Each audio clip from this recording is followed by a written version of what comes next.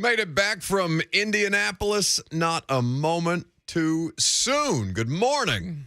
Hope everybody is living their best lives today. If you're a Titans fan, you probably are. If you're a Vols fan, you're feeling pretty rested, ready to make a trip down to Baton Rouge this weekend. But in the meantime, we got lots of football to discuss.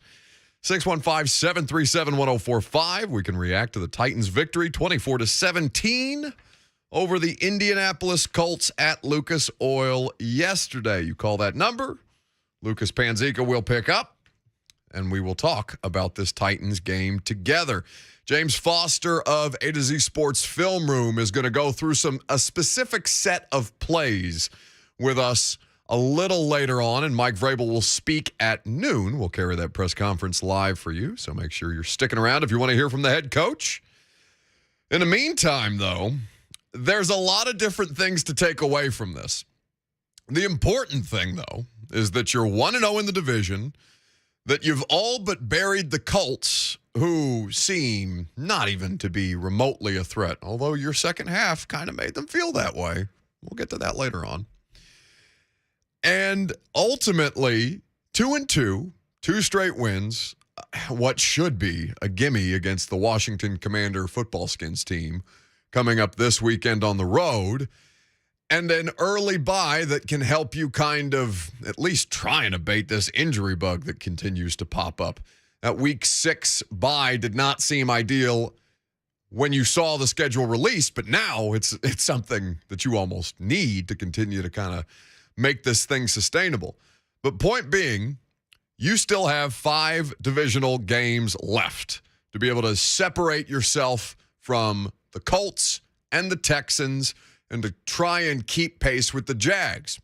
The Titans are the only AFC South team that won yesterday.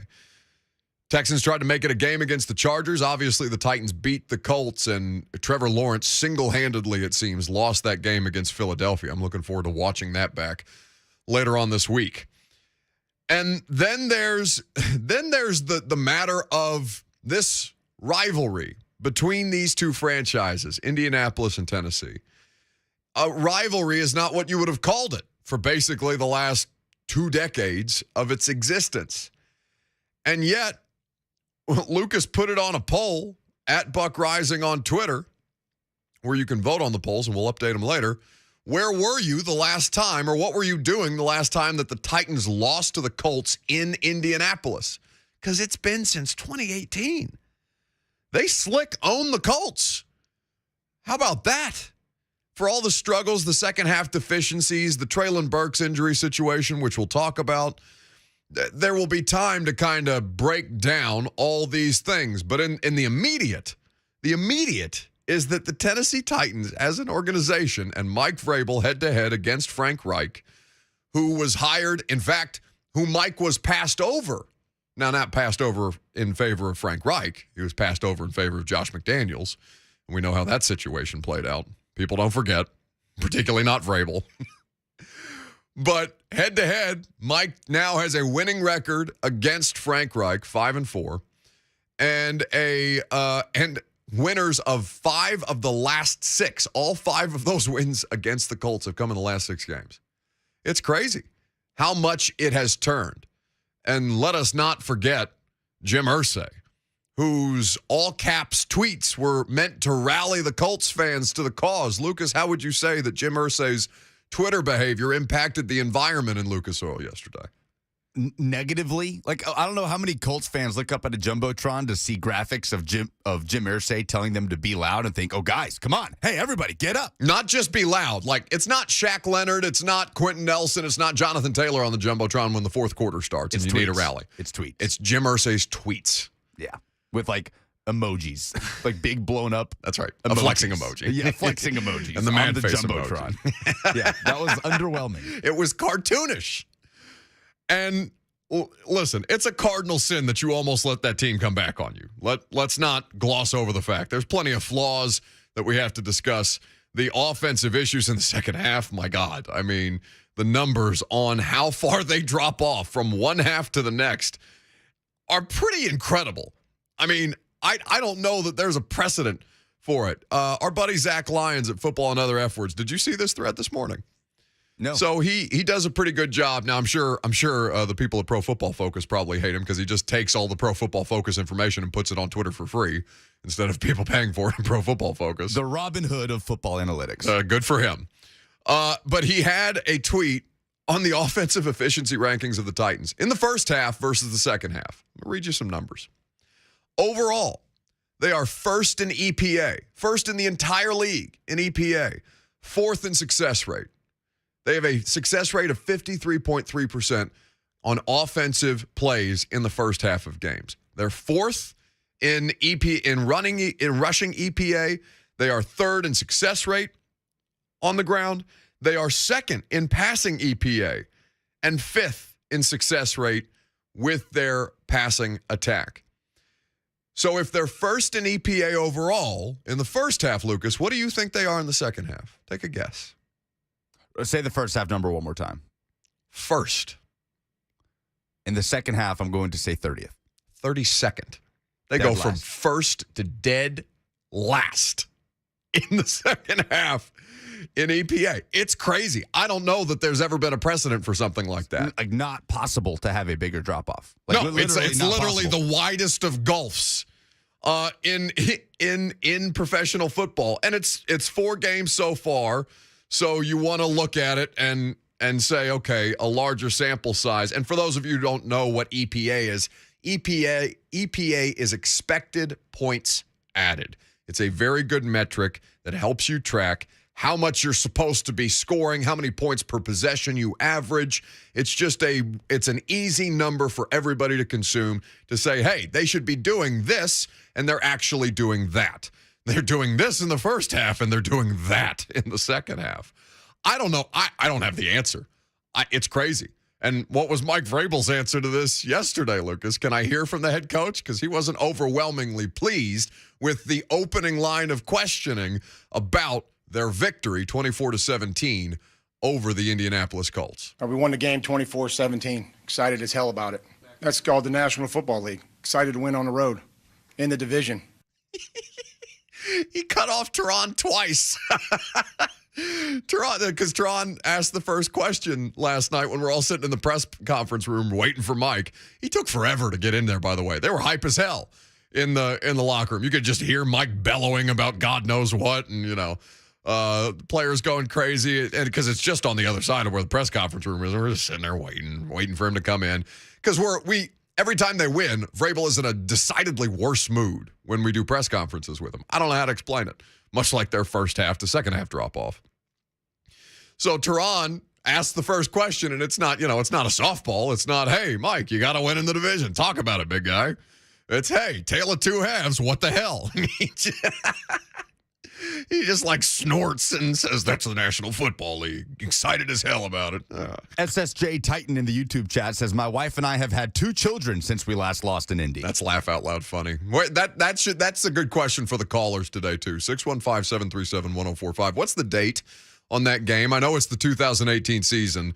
I know it's the Dean Pease medical incident game. Yeah, it was the worst margin of defeat in the Vrabel era until the Monday Night Football game in Buffalo. Yeah, it was bad. Marcus had to leave that game. Blaine Gabbert came in. Mike was calling the defense short notice, and he was doing it from the sideline as opposed to where Dean did it in the box.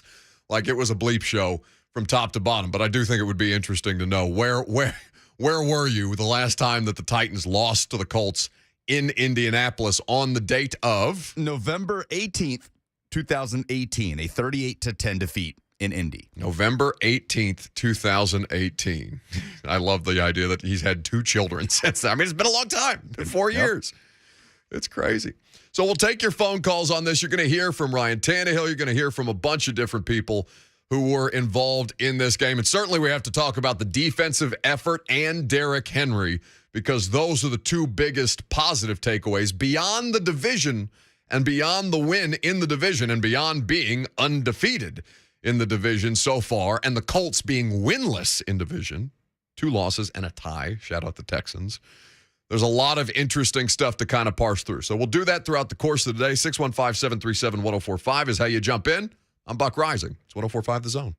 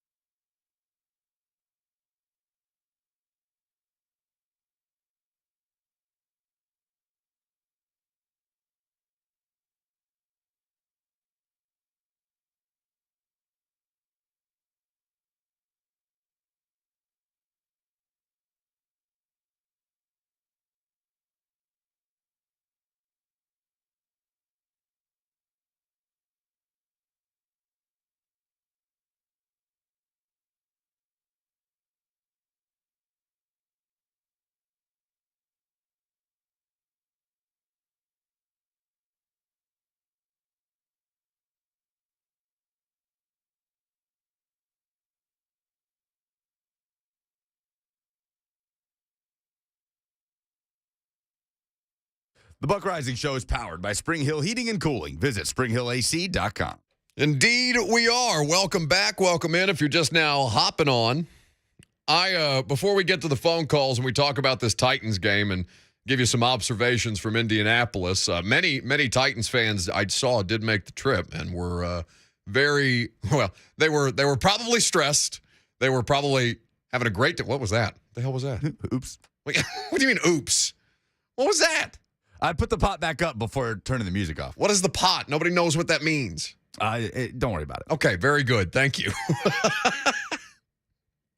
A lot of Titans fans, actually happy in the first half, miserable in the second half, ultimately probably doing okay because they got the win yesterday.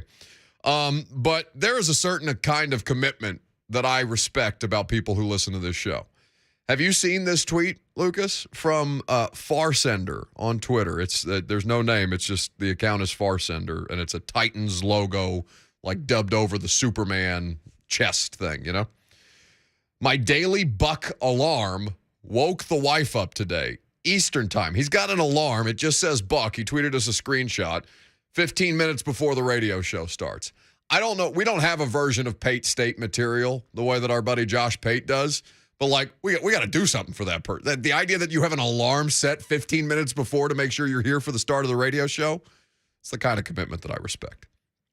Commitment is what the Titans are trying to get back to, the commitment to what their offense is supposed to look like, and, frankly, the commitment to a product that is sustainable not just through one half and good for 24 points a half, which is great, but then falls straight to hell in the second half for reasons that are utterly beyond me. Now, I think, again, the easiest criticism is the play calling. Again, I would say to you, if you're somebody who's still on that same boring, tired conversation, then you completely ignored the product that your team put on the field against the Colts yesterday. It's just not relevant anymore. It really is not. And so that coupled with the idea that Derek looked as good as we have seen him look through these first 4 weeks, and that honestly his best run of the day was negated by a Traylon Burks hold, which should have been Derek's second rushing touchdown of the game against the Colts. There was signs of life from them on both sides of the ball that were improved upon, even from what they did against the Raiders. And they were pretty good in the first half against the Raiders. And then all of a sudden, it just completely evaporates. Like they just petered out in the first drive of the second half. And then you said, oh, well, at least in the press box, I don't know what their conversations were like in the huddle, but in the press box, we're all just looking around at each other like, oh my God, not again. Really? You're going to do this again? It's just completely uninspired the way that they come out of the locker room. We had a caller on Friday call the show and say, you know, they should just not go in the locker room at halftime. They should just sit in the end zone, eat some orange slices, and stay on the field the way that Evan McPherson did for halftime of the Super Bowl, because he wanted to watch Jay-Z and Eminem and Snoop Dogg and 50 Cent puffy 50 Cent hanging from the rafters. No, I said that. You said that? Yeah, I said that. I don't think I want to give you credit for that. Give me my credit. Well, you came and took it. You came to the microphone quickly and took it. Put it back in my pocket. All right, very good. 615-737-1045. So I haven't seen the replay of the hold specifically on Traylon Burks. I've seen some allegations that it was a phantom hold. Whatever. I mean, I think there's calls like that in every game on both sides. I'm not really interested in relitigating the officiating, even if they scored like 2 plays later. Huh? They scored like 2 plays later. What are you getting upset at me for? I'm saying it's a non-conversation. Yeah, but you're taking it out on me. I'm looking at people who are commenting about this thing and saying the phantom hold, it should have counted. They should have been up by more than 24 at that point. It's a waste of time, and we are extending the amount of time wasted by talking about it, which I'm doing right now. Okay, thank you for all of your good work. 615-737-1045. Let's start with Brian in Texas. Hello, Brian. Hey, what's going on, man? Not much. Hey, so I wanted to touch on 2 things, and I'll be quick. So, number one, the second half, I was kind of watching last night, the replay, and to me, it seemed like there was really just 3 drives that we could have came away with points that we just kind of blew it. The other drives in the second half, like towards the end of the second half of the fourth quarter, They were just drives to try to get the damn game over with. So, yes, we had 3 scoreless drives. And in my opinion, in the NFL, 3 scoreless drives doesn't warrant a whole week worth of talking about it. But that's A. B is I was listening last week. I didn't hear the topic of Derrick Henry coming into this game with something personal to show. Like, did everyone not take Jonathan Taylor in fantasy number 1? As if Derrick really cares, but it matters a little bit. I feel like he wanted to show, like, hey, Jonathan Taylor is a baby compared to the king, a baby with a pacifier in his mouth. Like, you're talking king. So I feel like he wanted to come in and show everyone, hey, you're talking about someone who's going to the Hall of Fame. I'm a big boy. I'm a silverback big boy. And I feel like he wanted to show the league, hey, I'm here. And that touchdown y'all just talked about that got called back, he went to that crowd. He ripped his damn helmet off and said, look, you know what it is. You know what it is. And I don't know. I just thought that was big, and I almost feel like that could light a fire under Derrick. Thank you, Brian. The music means 60 seconds has expired on the clock. That's the limit for the calls, just so we can keep it moving. But some well-made points there, specifically with the second half. They won the game in the second half. They threw the pass on 3rd and 1, the play-action pass to Chig Okonkwo to seal the game. They did that. They played the style of football that they want to play to be able to control the game. They didn't do it terribly efficiently, but it was there in principle. Like, you saw the things that they were trying to do. Now, they got the ball back to end that game by virtue of a missed 51-yard field goal, so you cannot ignore that part of it. And the defense, which we have not even gotten to, and we will, is something that is such a huge part of this particular conversation. But, I mean, it is Henry's best statistical day to date. And we asked Derrick about this in the week leading up. Does it mean anything more that you're going back to Indianapolis for the first time since you broke your foot there? And he's just like, yeah, whatever.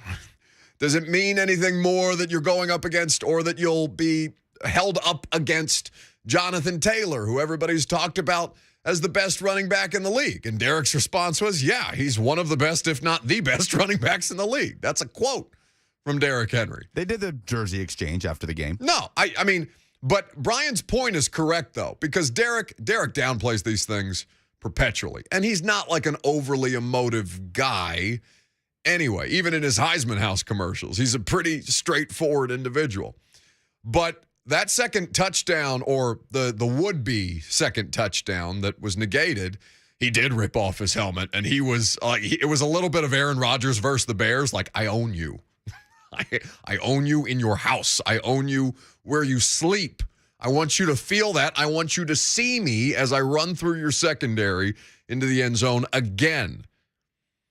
So I always struggle with those kind of things, because we leave that press conference on Thursday after Derrick talks, and I'm like, yeah, he probably doesn't care. He probably just, go out there, do his job, try and make them successful and go about his day. Because, but Derrick he doesn't give that off. But then that was the first time I've seen him or one of the few times that I've seen him that kind of overly emotive in game. Because even when he scores, it's just kind of like a trot. He'll do the gritty with Ben Jones or something like that and move on. But also maybe a product of it taking 4 games for him to have a game like that. Which is pretty normal. I think it's pretty normal. Because it's not like, the Buffalo, let's remove the Buffalo result from the conversation. I know you really can't, but it's just kind of this weird result in the middle of all of it. Giants, Raiders, Colts now, that's a pretty standard Derrick Henry-like trajectory. I don't think that Derrick has been missing anything. I just think he finally, it felt more like it's supposed to. Because Vrabel's quote after the game was, yeah, that felt more like our rushing attack. Yeah, because Derrick was breaking them more. Now, you can't rely on that all the time, but it's a good thing that they got it against a divisional opponent in a big spot. Eric Alonzo writes on the Zone TV chat, Buck does not like or accept Colts slander. I think that's all I've done so far today. What's there? You know what? Here's what I'll say about the Colts. The idea that you almost let the Colts back into that game, that your football team almost let the Colts back into that game, that's as close to a cardinal sin in the world of sport as can be possibly committed, because Matt Ryan looked like a scared old man back there, and Jonathan Taylor didn't have bleep. Nothing.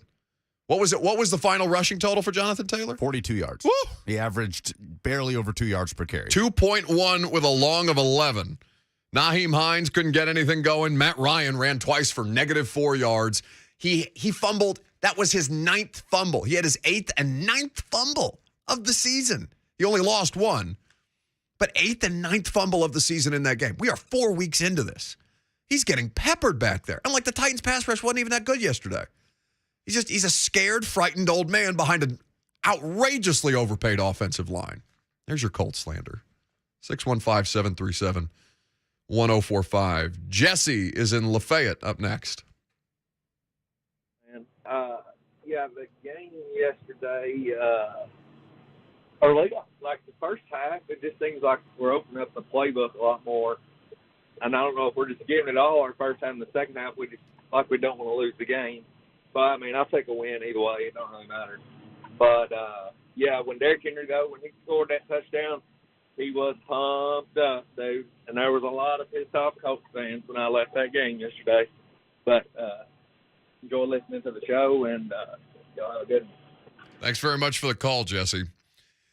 The conservative element of it, I mean, I don't want to say that you want them to play a conservative style of football as the game wears on. They're just designed to play a more conservative style of game. They're designed to get the lead and then keep the lead by nature of bleeding an opponent dry with a rushing attack that's supposed to be more effective.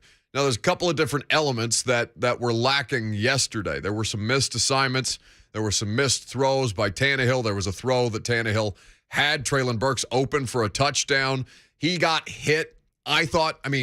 From our vantage point, I thought he could have made the pass, and maybe a higher-level quarterback makes that pass as he's getting drilled. To his credit, he was getting hit when the ball came out of his hand, and so he missed Treylon Burks for what would have been another passing touchdown. Their second. They finally got a touchdown pass to a wide receiver. Robert Woods getting on the board yesterday as the first Titans wide receiver to score this season. But offensively, because we're going to turn our attention to the defense a little later on. Offensively, how they kind of evolve from here, because we've seen legitimate building, legitimate growth from Raiders, well, frankly, from Giants to Raiders to Colts. The Bills game, I don't know what to do with it other than to say they failed at literally every level and got embarrassed, and there was nothing to build upon from that. But you saw the structure of what they're trying to do and what they're trying to accomplish again, what they're trying to renew. And how much of this gets affected? Like how much Treylon Burks, I don't know how much time he's going to miss because he has this terrible ankle injury. In fact, Lucas, on my timeline from last night, there's a clip of Mike Vrabel because we asked him about the sequence that Treylon got hurt in at the start of the fourth quarter, where they're in hurry-up offense. Treylon Burks makes, I think it's like an 8-yard snag, comes up clearly limping, but doesn't come out of the game. So they run the next play, and Treylon Burks is immediately down in a pile of himself because he got his ankle rolled up on and then has to get carted off the field. In the post-game locker room, he was on crutches and had a big old black boot on his left foot. It was described as a foot injury as opposed to an ankle injury, and the extent of it is not yet known. But that is something to keep an eye on moving forward between he and Bud Dupree. I'm not sure which is the more impactful injury because God knows they're banged up right now. But I think for the offense, they got more contributions out of more pieces and parts that allow them to kind of open things up the way that the previous caller mentioned. Chig Okonkwo was great yesterday. And they've been kind of waiting for him, based on when you talk to the coaches about it, it's basically been, we've been kind of waiting for him to earn that role, to capitalize on those opportunities. And also, he has to play special teams, so he's got to be cognizant of what that takes and what good play on special teams will lead us to give him more opportunities within the offense. And he was fantastic. He had the game-sealing, game-winning third-down conversion. They're only one of the second half. Right. Well, how many yards did they have in the second half? Total. They were outgained 199-28 in the third and fourth quarter. That third down conversion. Wait. Slow down. Say those two numbers again. 199 yards to 28. That was the net yardage advantage the Colts had in the second half. How many total yardage, net, let's say, how many net yards did the Titans have on offense? Titans on offense had, I am pulling it up.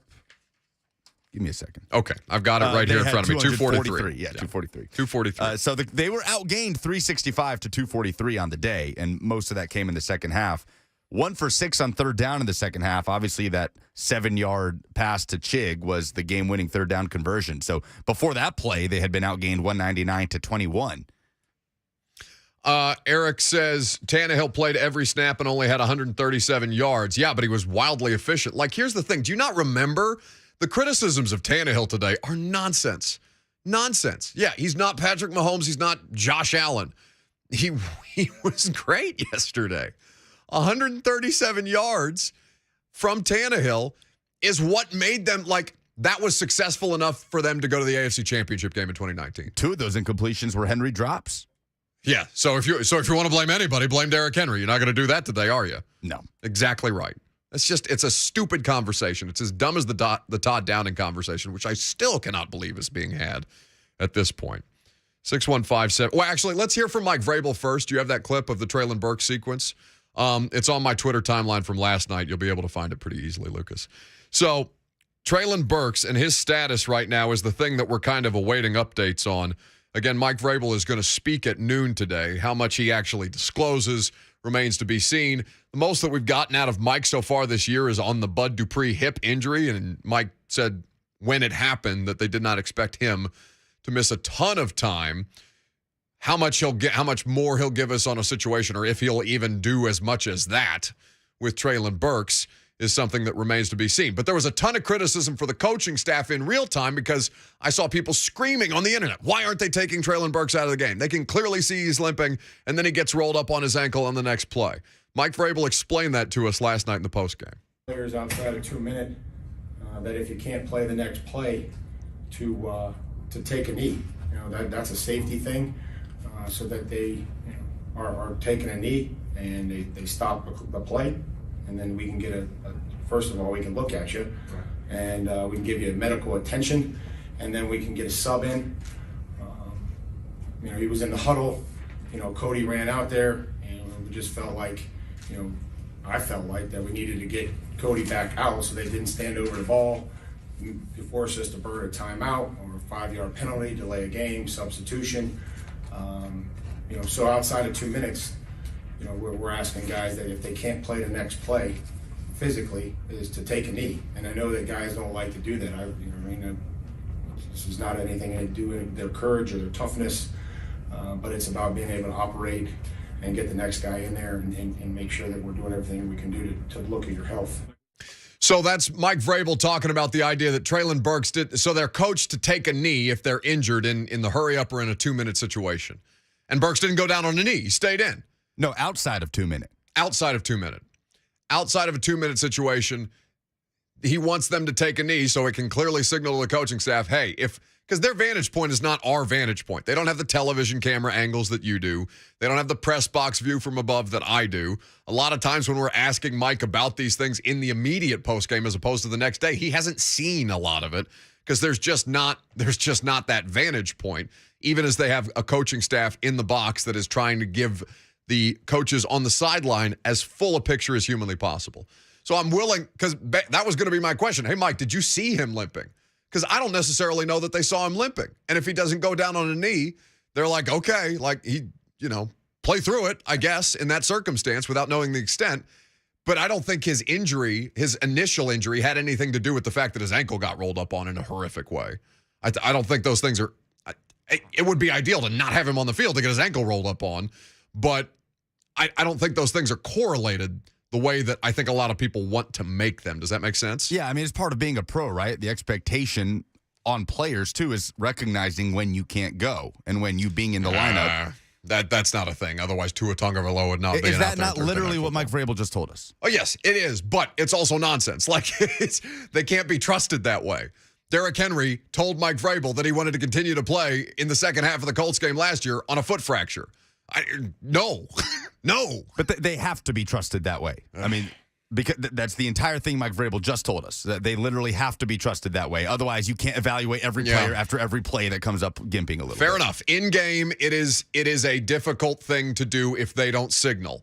And so the signal is to take a knee. Traylon Burks did not do that. He was in on the next play, and he got, it would seem, seriously injured on the next play. We'll find out, hopefully, the extent of it in the coming hours and days. Was it Gerald Everett we saw this from with the Chargers? Like, he's limping. He's trying to get to the sideline, but they're on hurry up in the goal line. Oh, and then yeah. boom, pick Well, six. because Herbert targets him on the next play, and he's wobbling around like he's hammered. He can't even make an attempt at the ball. No. So those are the kind of things that can change a play, because really that was the only bad pass I remember Justin Herbert throwing in It that lost Chiefs them the game. game. A pick six, they lost by a possession. To the 7th-round pick, 615-737-1045.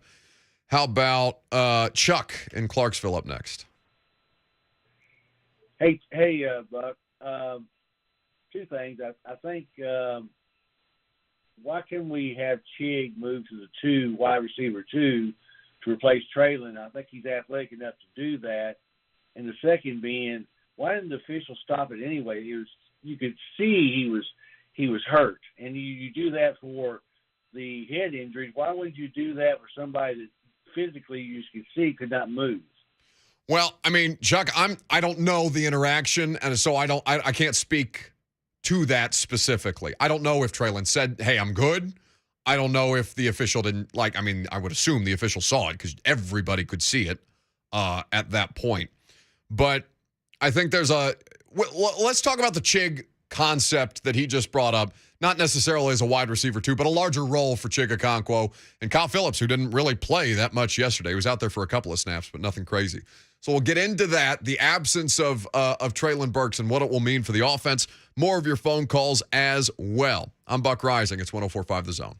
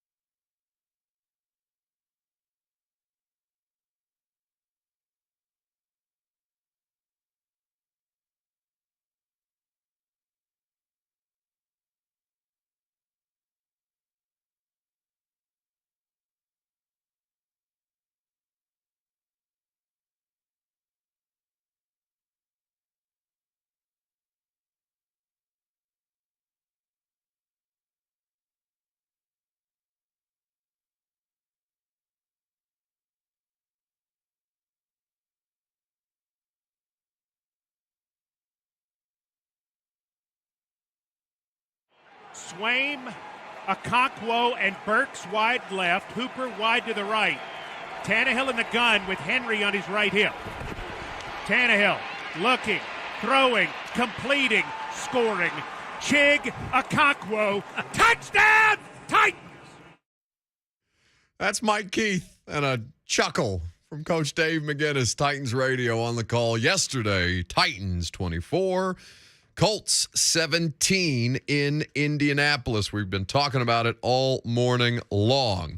So a caller earlier brought up the idea of more usage for Chig with a potential Traylon Burks absence looming. The length of that remains to be seen. And I thought, can I hear that call again, Lucas, to hear Mike describe that formation? Swaim, Okonkwo, and Burks wide left. Hooper wide to the right. Tannehill in the gun with Henry on his right hip. Tannehill looking, throwing, completing, scoring. Chig Okonkwo, touchdown, Titans! So the rare two tight end wide receiver split and another tight end split out wide on the other side with Derrick Henry in the shotgun. They're getting pretty creative with the personnel and how they deploy it, how they, what it would it would signal to see those guys trot out on the field, what it would mean for the defense to respond because you think they're going heavy personnel. You think they're going to run the football. All of a sudden, you got three tight ends split out wide and a wide receiver, and Derrick in the backfield, and a touchdown pass is scored. So I do think that there's a lot of different things that they have the ability to do, even if Burks is down, which they've been kind of ramping up to the last couple of weeks. Now, we talked to Chig Okonkwo in the locker room. And, he was pretty diplomatic on the front end, but the guy scored his first NFL touchdown yesterday, so he's understandably pretty juiced. We have such a big, big part of it. As you know, winning, that's our main goal. That's like the number one thing, so it feels great to win, and obviously it feels great to, obviously make plays and, help the team win, so yeah. We talked last week, about things starting to come together and slow down for you. Yep. Do you feel this game was kind of an example of that? I honestly think so, because I felt like in this game, particularly when I was on the field, I felt very comfortable and very confident. Like when I would hear the play call, I would get lined up, I would know exactly what my job is, and it was just playing unconscious and finally just getting out there and just going. A lot of times in other games, I'll go out, I know my job, but I'll still be thinking about it. So this game definitely was a big step. To have that play action pass to you to seal the game, how much does that speak to the confidence this coaching staff is getting in you? We always talk about earning everything. So for me, it's just when my number got called today, and I went out there and made a play. So when my number gets called, I just want to go out there and make plays. So I'm very thankful that they trusted me with that. I'm very thankful that I was able to come through. What did it feel like to get in the end zone for that first time? Hey, it felt amazing. That's all I can say. It felt amazing. Can you kind of take us just through the play and what you saw? There was a cleared out area for you in there, and you were just right there. Yeah, I was running, en route. Saw the zone open up.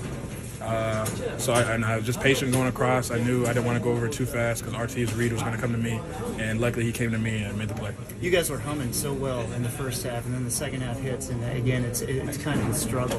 What's it like in the locker room when you guys are talking about how to reestablish a rhythm on offense going into the second half? We just talk about keeping our foot on the gas, make sure we don't get complacent. That's what we usually say, just keep our foot in the gas and keep playing, because, when we come into halftime, the game is 0-0 no matter what the score was in the first half. So that's Chig Okonkwo talking about the play that allowed him to score his first NFL touchdown in his rookie season. So we'll see how that continues to develop. Now, something I want to start doing after road games, since Lucas travels to all the games with me now, well, with Titans Radio. Does it bother you when I say with me? Yeah, Pate was in here for a segment off the air, and you're like, oh, look at that. They sent a babysitter. Like, buddy, this has nothing to do with you. You do need a babysitter, but it ain't me. I already got to do that on weekdays. So Lucas travels, and Lucas, I want to do opposing stadium reviews with you because you came into the press box one time and you said, this is terrible in here. Why would anybody want to sit in here? I said, that because there's air conditioning, there's TVs with replays all over the place. I have a very comfortable chair and a media lounge with all kinds of food and drink for basically the 16 hours that I'm going to be in there. Well, the food is great. So, yes, there is that. But you didn't like what elements of the press box? Well, no, not really anything to do with the press box, just the game day environment in general. I mean, that's what I'm taking away when I go to these stadiums. That's what I want to figure out is what the fan base is like. What's the game day feel like in the stadium? Because you get a good feel in the radio booth with the big open window and you have the crowd mics and everything. The press box is like a stuffy office space. Yeah, well, it's because we're literally closed off from people. And it makes sense. Now, the press box in Indy is miles above the I field. hate that press box. Yeah. I hate that press box with every fiber of my being. But the only other NFL stadium other than Nissan that I had been to before this season was Jerry World when I went down to the Monday Night Football game back in 2018. So you did Buffalo. I did Buffalo, just a rocking environment, SEC vibes all over the place. Yep. They care so much about that team. They have nothing else. It's all they have. The Sabres are terrible. So really, really impressed by the game day environment in Buffalo.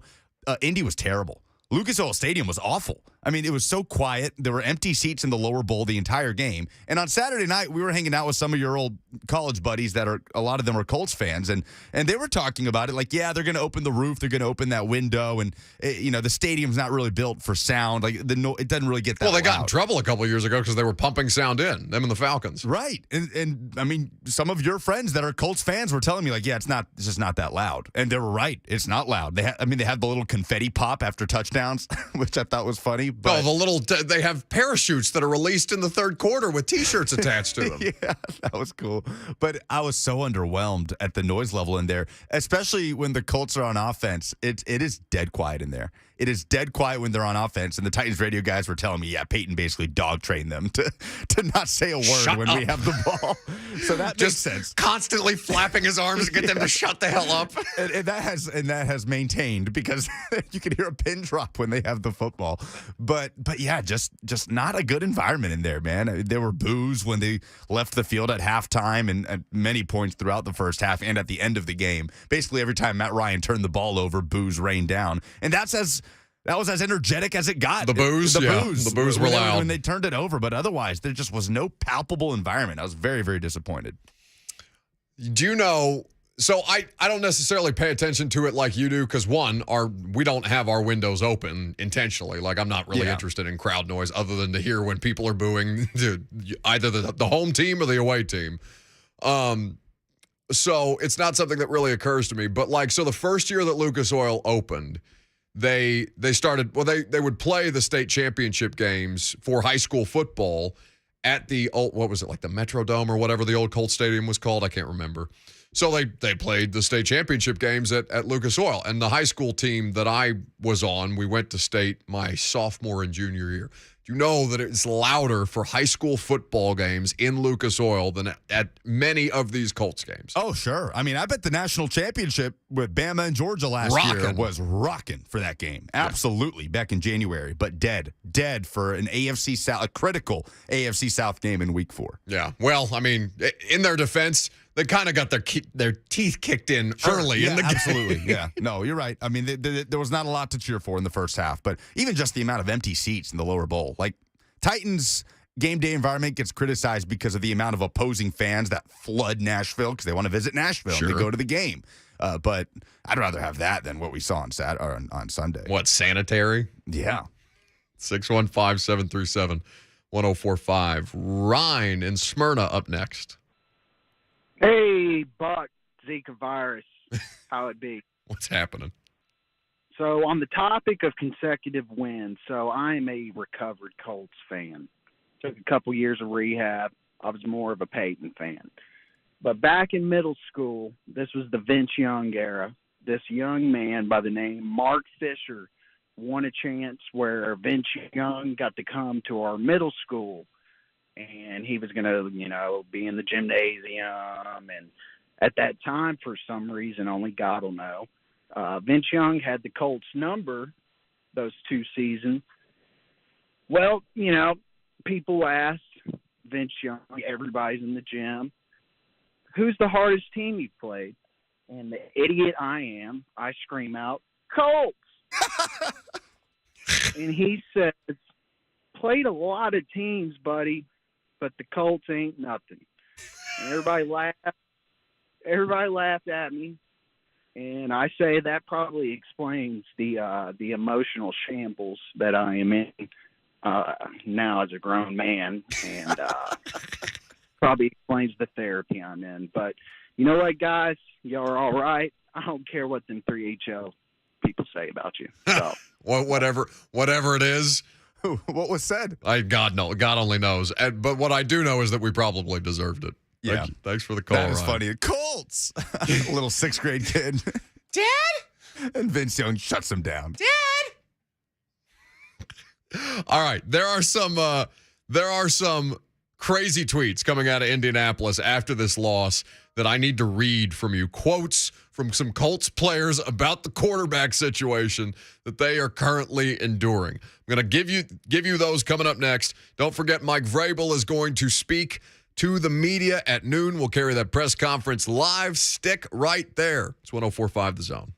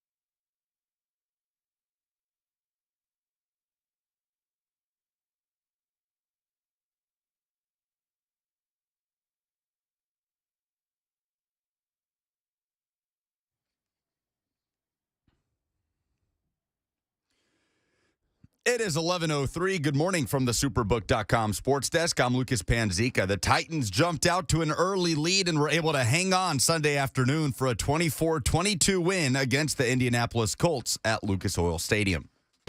Tannehill gives it to Henry around right end to the 15, to the 10, to the 5, to the end zone.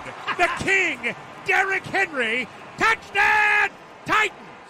Mike Keith on the Titans radio call. Derrick Henry with his best day of the season so far, carried the ball 22 times for 114 yards in a touchdown. He added 3 catches for 33 yards. It was a 24-3 lead in the second, but the Colts fought back as second half issues continued for the Titans. They were held scoreless in the third and fourth quarter, but a big day for the run defense, holding Jonathan Taylor to 42 yards. He averaged just 2 yards per carry. The Titans improved to 2-2. They dropped the Colts to 1-2-1 on the season. For all your foundation repair and waterproofing needs, visit USSTN.com. Breaking news at once in your home for the Titans and Vols. This is 104.5 The Zone.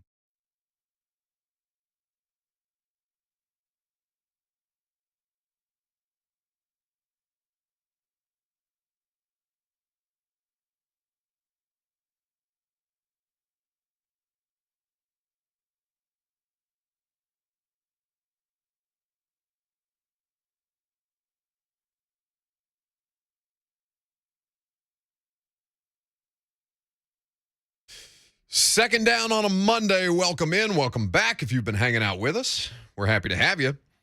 Lots of stuff to discuss. Mike Vrabel going to speak at noon. Stick around if you want to hear from the Titans head coach. You may hear from him in between now and noon because we have some more stuff from last night's post-game after a 24-17 victory by the Titans over the Colts to play for you. If you want to join the conversation, we'd love to have you. 615-737-1045 is how you do that.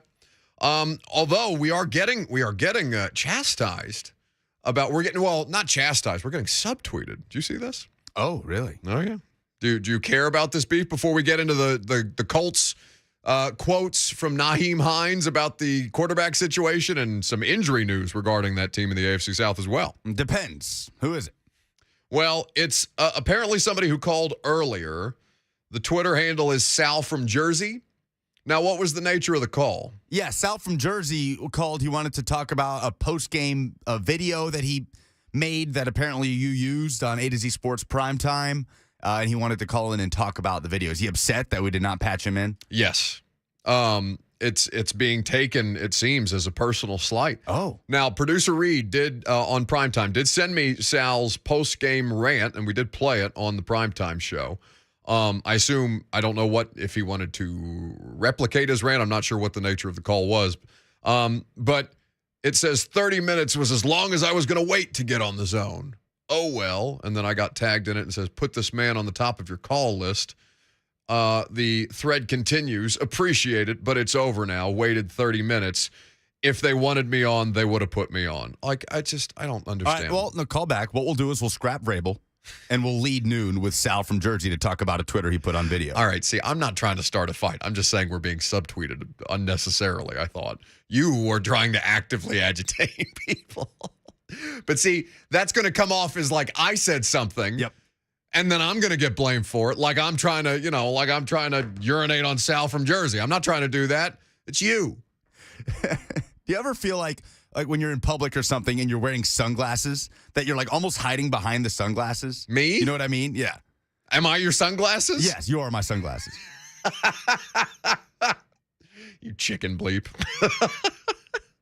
I love it.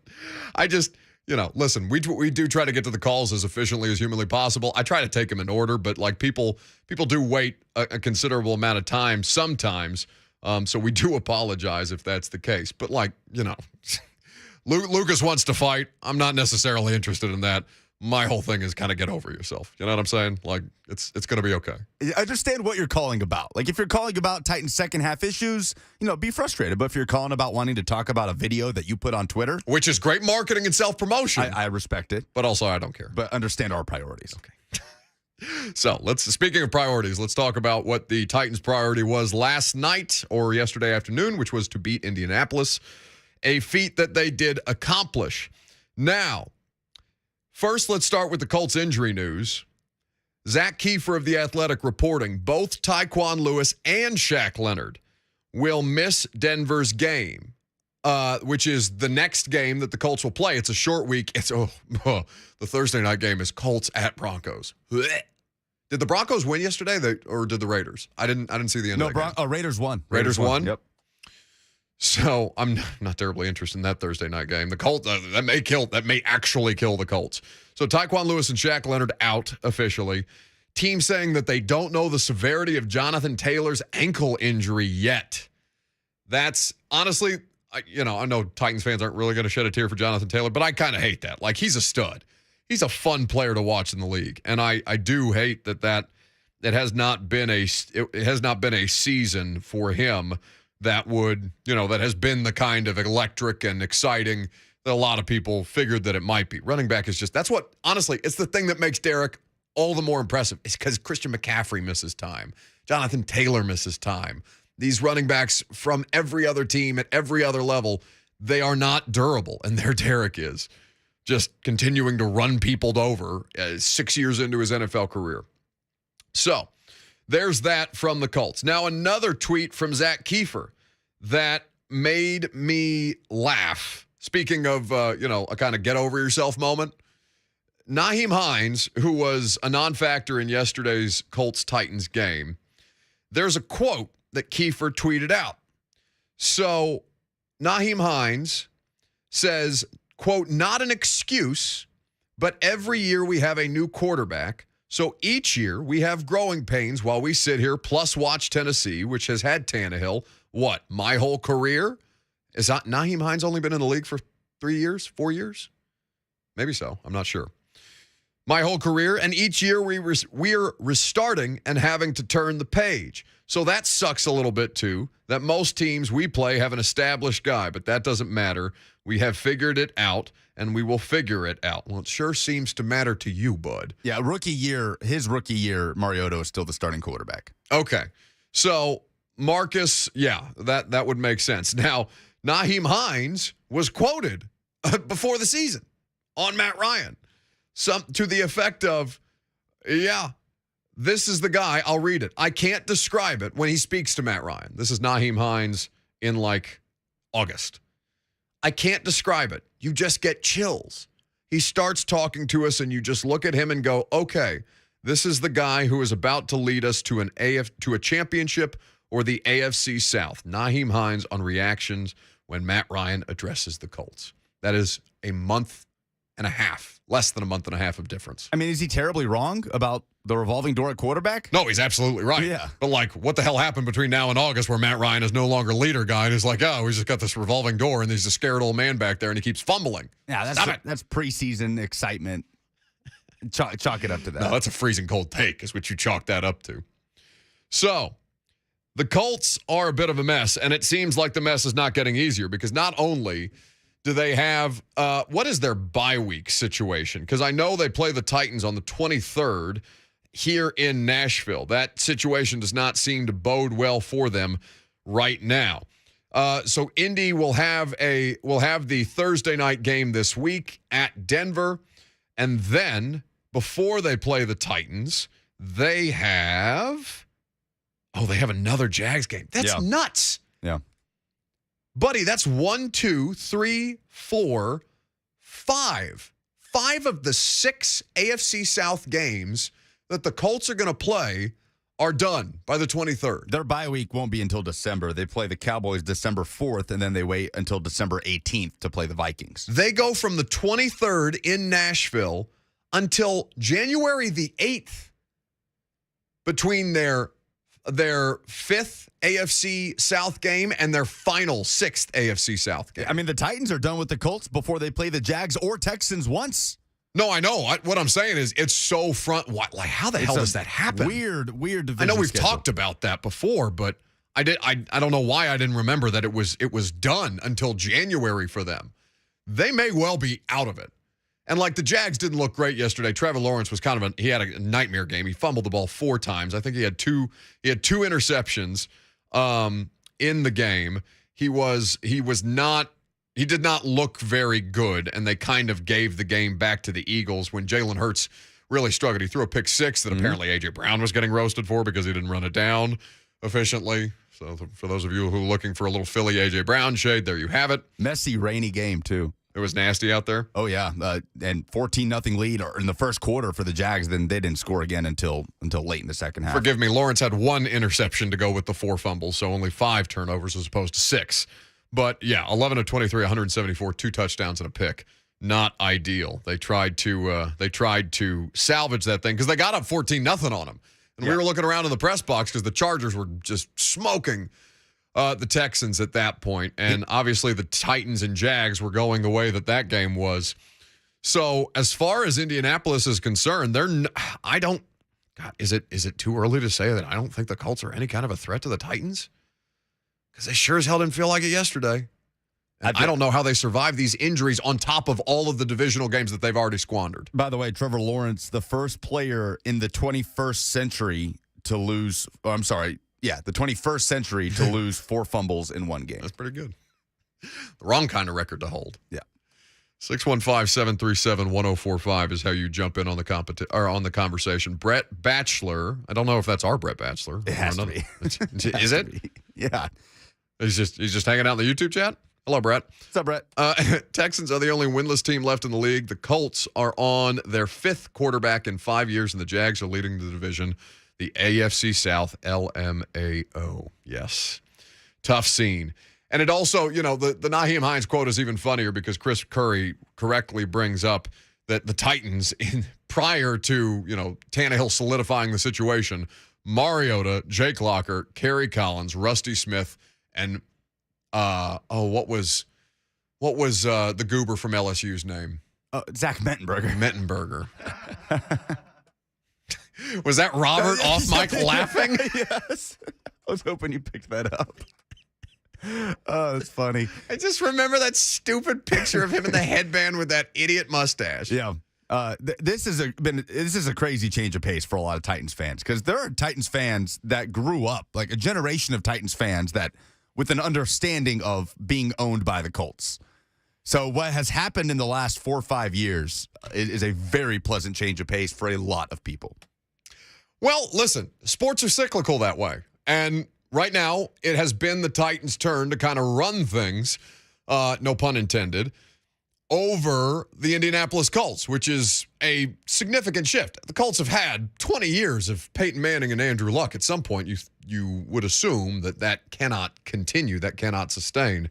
But I do think it continues to be interesting to watch how those dynamics have changed, especially so quickly for the Jags, who have done well to amass some talent at this point. So let's talk about the second half struggles and this team that needs to find a way to do something, to show some sign of life in the second half. We'll get more of your phone calls as well. You're going to hear from Coach Dave McGinnis and Mike Vrabel. Stick around. It's 104.5 The Zone.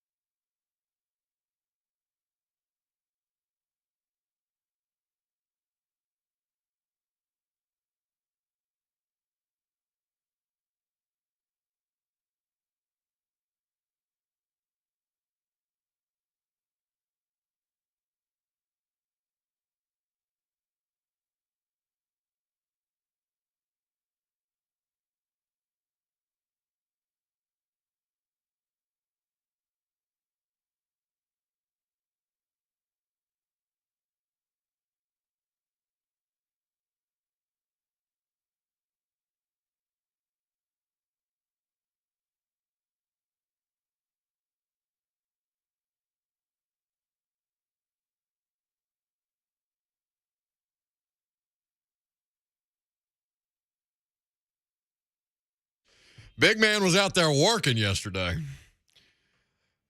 I watched Nico Autry play every game the last 2 years. And I've seen him play quite a few games in the AFC South when he was previously on the Colts. Hell, I saw him play against the Titans when he was still a Raider as an undrafted rookie free agent. That dude, I don't know how Indianapolis let him out of their building just to go down to Tennessee and become Matt Ryan, Carson Wentz, Colts quarterback X, Y, and Z's worst nightmare. Like, it's got to really, really burn Chris Ballard. They have all this money to spend. They spent it on Braden Smith, the right tackle, and Quentin Nelson, who got worked by Autry and Simmons yesterday. For those of you who enjoy offensive and defensive line performance, especially in a game like this, that they spent, $20 million on Quentin Nelson at the Danico Autry's 3-year contract is worth about as much as Quentin Nelson's average annual salary is, and he's just getting smoked on a regular basis out there. Danico Autry, I think he was only credited. Mike Keith said 3 sacks. I believe they took one of the sacks from Autry and gave it to Weaver in the official stat book, fairly or unfairly. He also forced a fumble that Bud Dupree recovered, one of several fumbles that the Titans caused. I think the only one they were able to recover, though, en route to they recovered 2 fumbles from the Indianapolis Colts. Did Matt Ryan fumble 3 times yesterday? Is that right? Yeah, because one was recovered by one of their offensive linemen. It just kept going backwards, and Pryor eventually fell on it. Okay, so he fumbled twice. He lost and one. The interception. Jonathan Taylor fumbled too. That one that Schobert. Okay, got it. I had forgotten about the Schobert play. Yeah, he kind of got caught up in a pile and ball gets ripped out somewhere. So, point being, this team needs to win games however the hell they can because their flaws are clear and obvious, even if we can't really figure out what the hell is the second half problem. And Lucas, explain to me what the audio that we're going to hear. Well, actually, let's hear from Ryan Tannehill first. Because Ryan Tannehill was asked about this postgame, and there's been a lot of criticism for Ryan Tannehill today, inexplicably to me. And Ryan Tannehill was asked by, I believe it was Chris Harris from WSMV, it's not an ideal situation the way that you guys are playing these games, but you're still able to win. What do you make of that? This was Tannehill. What ideal is winning. I don't really care how it comes. Our job is to win. Whether it's quote unquote ugly or quote unquote pretty, like it doesn't matter. A W is a W, and our job is to score more points than the other team and finish each and every week 1-0 as best we can. So, proud of our guys and the way we've battled. We don't blink when things may take a downturn. We believe in each other.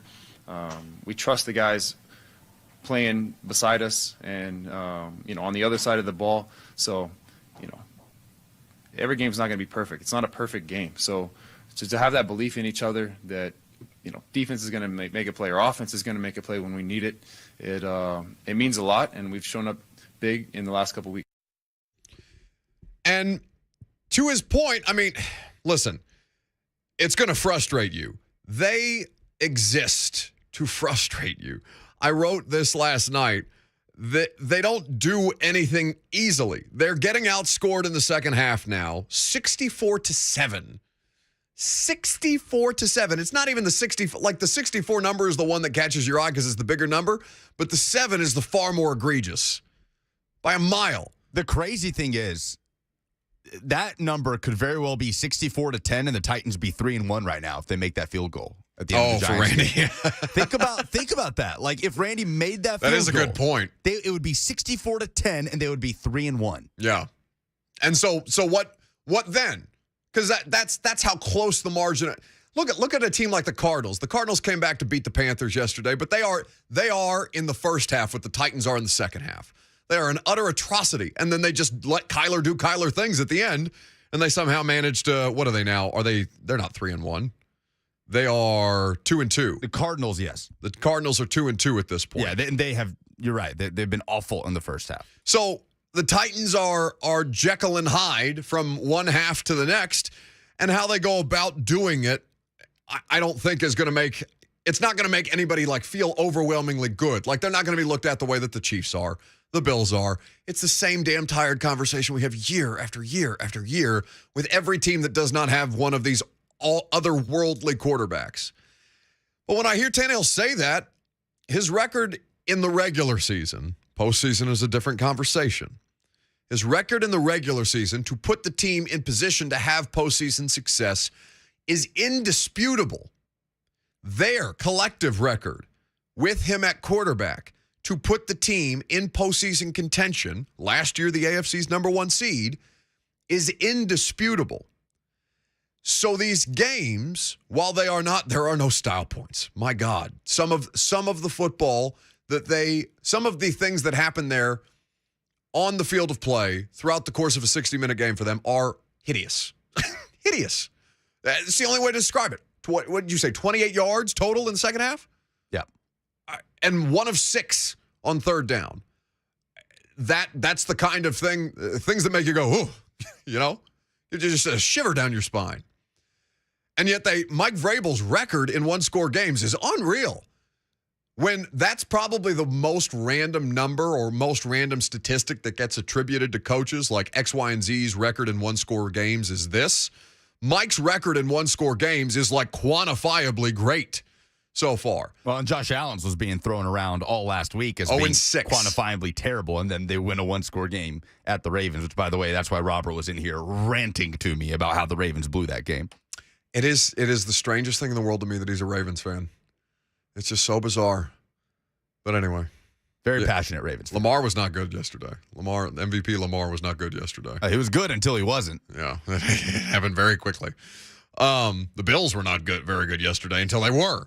So, I mean, but like, think about that. Okay, how many other markets are having the same damn conversation? Now, 64-7 is ungodly. Like, I don't. Yeah. I wish I had an explanation for you, other than what this is. Now, Coach Mack, I think thus far has offered the best explanation. Lucas, the context for this audio from Coach Mack is what? Yeah, it was post-game, Titans Radio, the locker room report after the game. I thought Mac detailed it well about where this team is at right now personnel-wise and just the way he's identifying what this team has to do. Well, I mean, look, this football team, let's just be very, very, very honest. They are so depleted with people that they're finding a way. I mean, what a gut check this was, and a complete flip from the first half to the second half. And turnovers, Rhett, you and I always talk about turnovers a lot as to how much they can flip a game. They flipped this game because, clearly the Colts were the healthier football team, and then we continue to lose players. They found a way. What did we say earlier in the week? All these broadcasts that we do together, they had to find a way. Well, they found a way today. I mean, and that second half was rough. It was really rough, but they found a way to get it done. And to me, that's a huge, huge accomplishment. Now, I would love for us just to get some people healthy. So he told me after the game, this has to be a find-a-way team. What's a better descriptor of the Mike Vrabel era than a find-a-way team? I mean, that's what their whole season was, and they were the number 1 seed last year. And, their playoffs ended spectacularly poorly, like ungodly poorly. So all these different things that you have to look through and say, all right, can the explanation simply be a find-a-way team when there's no there's no one quantifiable way, right? It's got to be T.R. Tart. T.R. Tart. I talked to T.R. Tart in the locker room last night. That was awesome. It was one of the most spectacular. Anytime a big man makes a play, anytime a big man, scoops and scores or recovers a fumble, an interception though, a thick boy interception, 2 C's on that, a thick pick, both double C's on either side, is always the highlight of any sporting event. But this one was different. Like, this was not... It was an athletic play. Most of these interceptions are right place, right time. Like, oh, there's the ball. It's in my hands. Like, this was all T.R. Tart from start to finish. Well, and it was the second pass that he got his hands on. So I talked to T.R. in the locker room after the game. This was the conversation. Where's that thing going? Huh? Where's that thing going now? So you got to know where it is. Yeah, that bad boy going in the showcase. Crib. That's good, great win. What happened on that play? I mean, obviously you got your hand up, but then did you know exactly where it was? So what happened is I got the slide, so I went to close the middle. The quarterback threw the ball up, and I'm going to try to match the hand. Popped up. I went looking for it. I felt like that thing was in the air for at least 20 minutes or something like that. So I just tried my best is to not drop that thing. That's the second one you got a hand on throughout the course of the game. Is that something you saw in film you guys were going to be able to do, or is that just coaching? I mean, I feel like that's something that Coach T definitely work on. We work on it every day, just trying to disrupt the quarterback, just trying to get a hand in front of the ball. Safe to say that's your first interception at any level? Oh, yeah, for sure. Similar scripts the last 2 weeks, but really 3 of the 4 games this year. What's it mean to be able to hold on to another one and get away? I mean, it's a huge deal. I mean, starting to build momentum as a team, starting to play better, come together, everything. So, whatever we could do just to, keep going forward. Just a huge momentum. And defensively in the second half, I think they finished missed field goal, fumble, punt. I mean, you guys kind of stepped up down the stretch. The defense definitely turned it up, man. I got shout out to the boys in the line, even the doghouse, man. I mean, the whole defense did their whole thing, but my boys, we go to war every day, and we all put in that work. His smile when he says that ball was in the air for 20 or 30 minutes. He looked like a turtle on its back when he caught the ball, because he looked like he couldn't even get up. And everybody's mobbing him. But so it goes up in the air and he kind of rolls under it to you're right, to turtle on his back, a different kind of turtling, to turtle on his back to catch this ball and to bring it in. Tannehill said he thought it got stuck in his belly. The football just lodged in his belly button. I was listening to Colts local postgame. I was curious, driving out from Indy, and they're talking about Matt Ryan not being able to hold on to the football. And the interception, they just chalk it up to, listen, that's just a great play by a defensive lineman. It was? They weren't even putting that thing on Matt Ryan. They were talking about the fumbles. He's got to feel the pressure, take care of the football better. But the interception, they just chalked that up. This is Indy postgame local, reaction, just chalked it up to a great play by a D lineman. Look at you doing the thing, doing the sports talk radio thing, listening to the opposition to try and get your rocks. That's laugh out loud funny. Now, it was a great play by Tierra Tart, and they do work. They call it matching hands, right? You're matching hands to try and get a hand on the ball. If you can't get to the quarterback, get your hands in the air, try and do something at the line of scrimmage. Jeff has been adept at it throughout and they do have uncommon length between Jeff, Dupree. Tart's not overwhelmingly tall or long, but he did it well enough yesterday because he got his hands on two different passes, and ultimately an interception being one of them. Somebody in the YouTube chat, dog versus face, I'm not sure what that means, brings up, didn't Tart get a random drug test today? Yes, he did. He did, because he was too athletic on the thick pick. Darrington is next. Hello. Hello there, friends. What's happening? Just feels like something sinister is coming. We're great. I don't know about you. We're doing okay. I'm pretty sure that you get more information about this, but I just want to know, for a $100 million quarterback, if he earned his money, when did it be okay for a $100 million quarterback to say everyone's not going to be pretty when you play like crap week after week? Tannehill? Of course. Okay, you take it to us. Which Ryan played worse yesterday? Matt Ryan or Ryan Tannehill? Oh, Darrington, no. Stop. You took it too far. I would have had no, don't you hold up. I would have had a legitimate conversation with you if you would have said, is he earning his money? You cannot then take it to the extreme of which Ryan played worse yesterday. Stop. No, hold on, because Matt Ryan threw for 330-something, 2 touchdowns, 1 interception, and a fumble. He was chasing the whole time. He threw for 356, Darrington, and he had a worse game than Ryan Tannehill. Number says no, he didn't. But hey, the team-wise, the numbers are 24-17. What do you mean the numbers say that he didn't? Hold on, that's the score, not the stats. I'm going by stats here. Stats say that the Colts are 1-2-1 in the NFL this year and 0 in the division. What are you talking about? Okay, so the AFC is now the NFC East of last year. What are you talking about? Yes, you're that right. Is terrible. Okay, see, but this is what I'm talking about. Quit giving out participation trophies. Darn it, if the kids don't win it, they don't get it. And right now, Ryan ain't getting it. I don't know who's worse, Ryan Tannehill or Caleb Farley. Y'all decide. God. That's awful. I love him, but that's terrible. Caleb Farley, though. Yeah. What do you do? What do you do with that? He's got the no-fly zone motion after he has a PBU, and then all of a sudden he's getting roasted for a 44-yard completion. The difference was Ryan Tannehill did everything he was asked to do yesterday. Everything. They are at their best when he's a complimentary piece. So Ryan Tannehill is better than how many quarterbacks in the NFL? I don't know. I think I'm watching Cooper Rush consistently win games for the Dallas Cowboys. So much so to where there's a conversation being had on the internet, but in legitimate circles by media, because Jerry Jones is doing local radio interviews saying that Cooper Rush has done a really, really nice job and kind of starting to pick that up a little bit. A little Romo Prescott stuff. Hey, you know how many Cowboys quarterbacks in history have started 4-0 in their career as a starter? Cooper Rush. One. It's Cooper Rush. God bless. So, yes, you can get competent quarterback play at levels where you might not necessarily need to pay $100 million. But Matt Ryan is Matt Ryan making more money than Tannehill this year? I know Tannehill has the highest cap hit in the league this year, or cap charge in the league this year because of the restructure.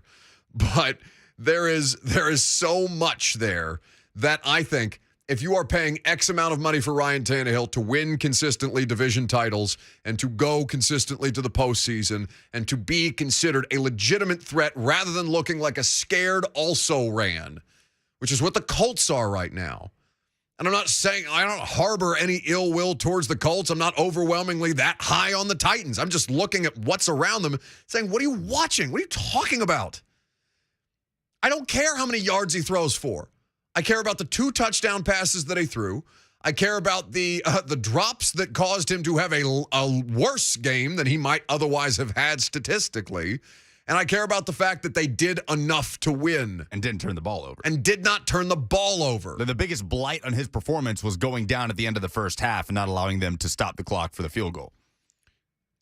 Yeah, well, that was horrendous. Yeah. Now, that was, if you want to criticize anything Ryan Tannehill did yesterday, they should have had 27 points at the half as opposed to 24 because he completely mangled the clock in that spot. But there's no disputing when that. you compare quarterback performances, what typically gives you a better picture? Looking at their successes in the game or looking at their mistakes in the game? Ooh, mistakes. Mistakes. And it's not close. Mistakes. It was not close on Sunday. No. Ryan Tannehill had the better game. Matt Ryan is an MVP of the league. Is it worth it? 615-737-1045. Lucas says in my ear we have Vols news, so we'll get to that coming up next.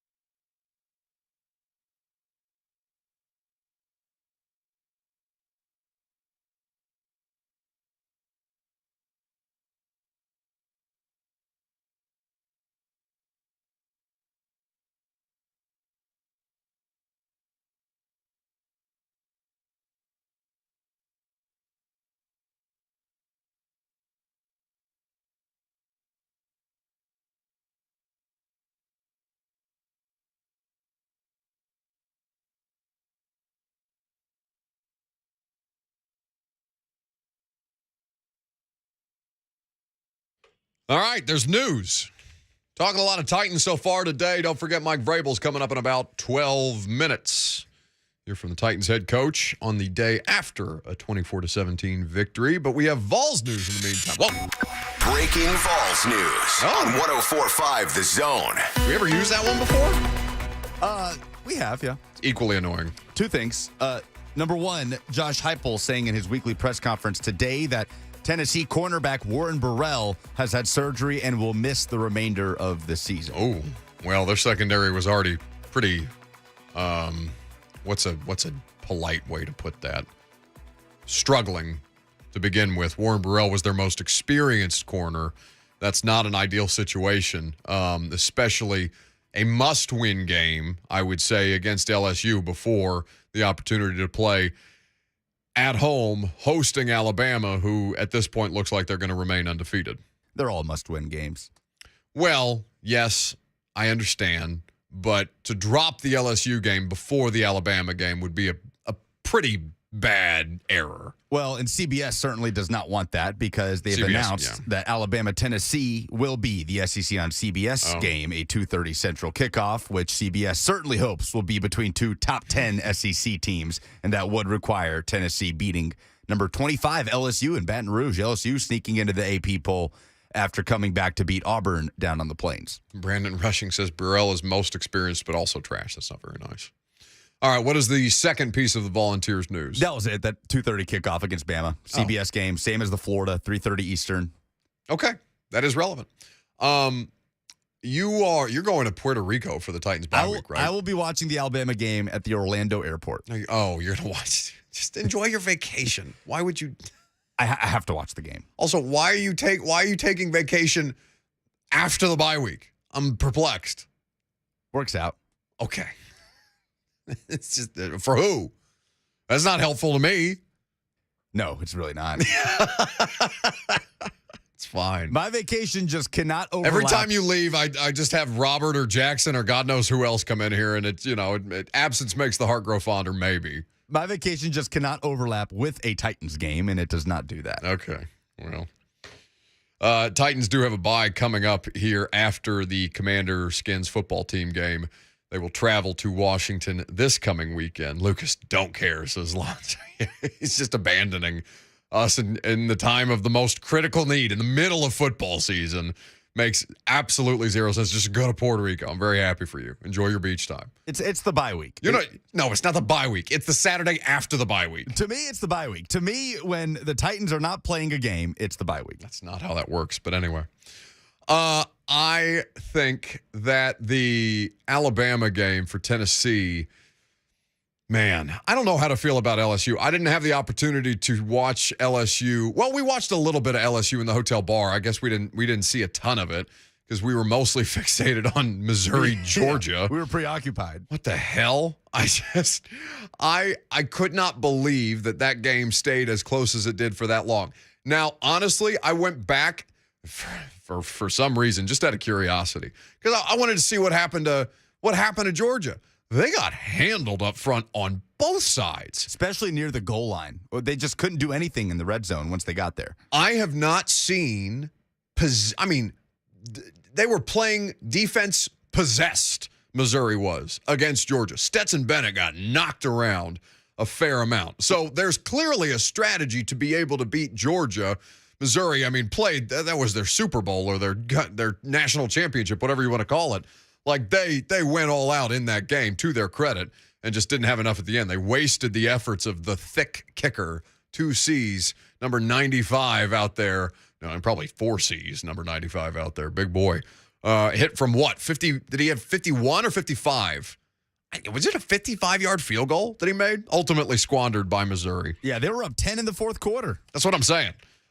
So I didn't have a chance to see the LSU result because we were watching Georgia, and Lucas was appalled that Indiana was in a tie game with Nebraska and that nobody in the state of Indiana was paying attention at all to that game. Not just that, we went to the bar specifically to watch the IU game, with No, that's not why we went to the bar. We went to a bar with the IU game in the background. Well, everybody there is decked out in IU gear. Like your friends from college are there. They're wearing IU jerseys, and they're telling me how they hate Tom Allen. And I'm thinking, all right, let's go watch the Indiana-Nebraska game. I want to get this Big Ten Midwest experience here. Nobody gave a damn. I don't know that I watched the snap, to be honest with you. IU lost, by the way. Oh, okay. V-Love did tweet us to the effect of Lucas and his lovely girlfriend Megan going out with a bunch of my college buddies while we were up in Bloomington. Did you puke in the press box from your homecoming night before? Again, because famously I have so this is my 6th season covering the Tennessee Titans as an NFL reporter, and I have to this point been 5 for 5 puking in the Lucas Oil press box before the game itself, sometimes at half, depending on what pregame meal is served in the press box. But because the press box is so high, if I'm rocking a righteous hangover and I'm looking down from 7,000 feet above, it's only me and the Lucas Oil can up there at the top. Yeah, it typically does not go well in favor of my stomach. But growth, because we left by like 10:30 Eastern. I was in bed. It was not a crazy night by any stretch. No, I'm either washed or I'm an adult now. But yeah, the streak has ended. No more puking in the Lucas Oil press box. Perhaps combine. 615-737-1045. Let's go to Tim in Old Hickory up next. Hey, Buck, how you doing? I think you're the best person to ask this because I enjoy your show, and I hear you talking about a lot of stuff like this. Sure. I was listening to Mike Keith yesterday, and a guy, one of the Titans, got a kickoff return, and he take it out to the 25-yard line, and Mike Keith said it was a 28-yard return because he caught it 3 yards deep in the end zone. Mm-hmm. So they're counting those yards in the end zone on kickoff returns, and you're like me, sort of like somebody getting a 105-yard kickoff return. But they don't count the yards in the end zone for like when you throw a touchdown pass or, stuff like you only count the 100 yards in between the lines. And I just think that's inconsistent. It bugs the crap out of me, and I just want to know what you thought about that. That's a good point, Tim. I've never really thought about it, but I understand what you're saying because, yeah, there's 103, 105 kickoff returns all over college and the college football and the NFL. But why they don't count the additional receiving yards like once you're in the end zone? I mean, I guess because there's not yardage markers, but then how would they be able to tell that it's a 105-yard kickoff? Yeah, I mean, once you cross the goal line, you've reached that mark. And the whole point of that play is to get to that mark, so it doesn't matter they how just many stop yards counting you get it once you after break the plane. But it's a fair question. By the way, Titans have a kick returner. Hassan Haskins. Oh, I really, really like what Hassan Haskins has to offer. Anyway, Mike Vrabel is going to speak to the media. Perhaps he'll be asked about Hassan Haskins. I'm sure he's going to be asked about Traylon Burks. Let's hear what the head coach has to say coming up next.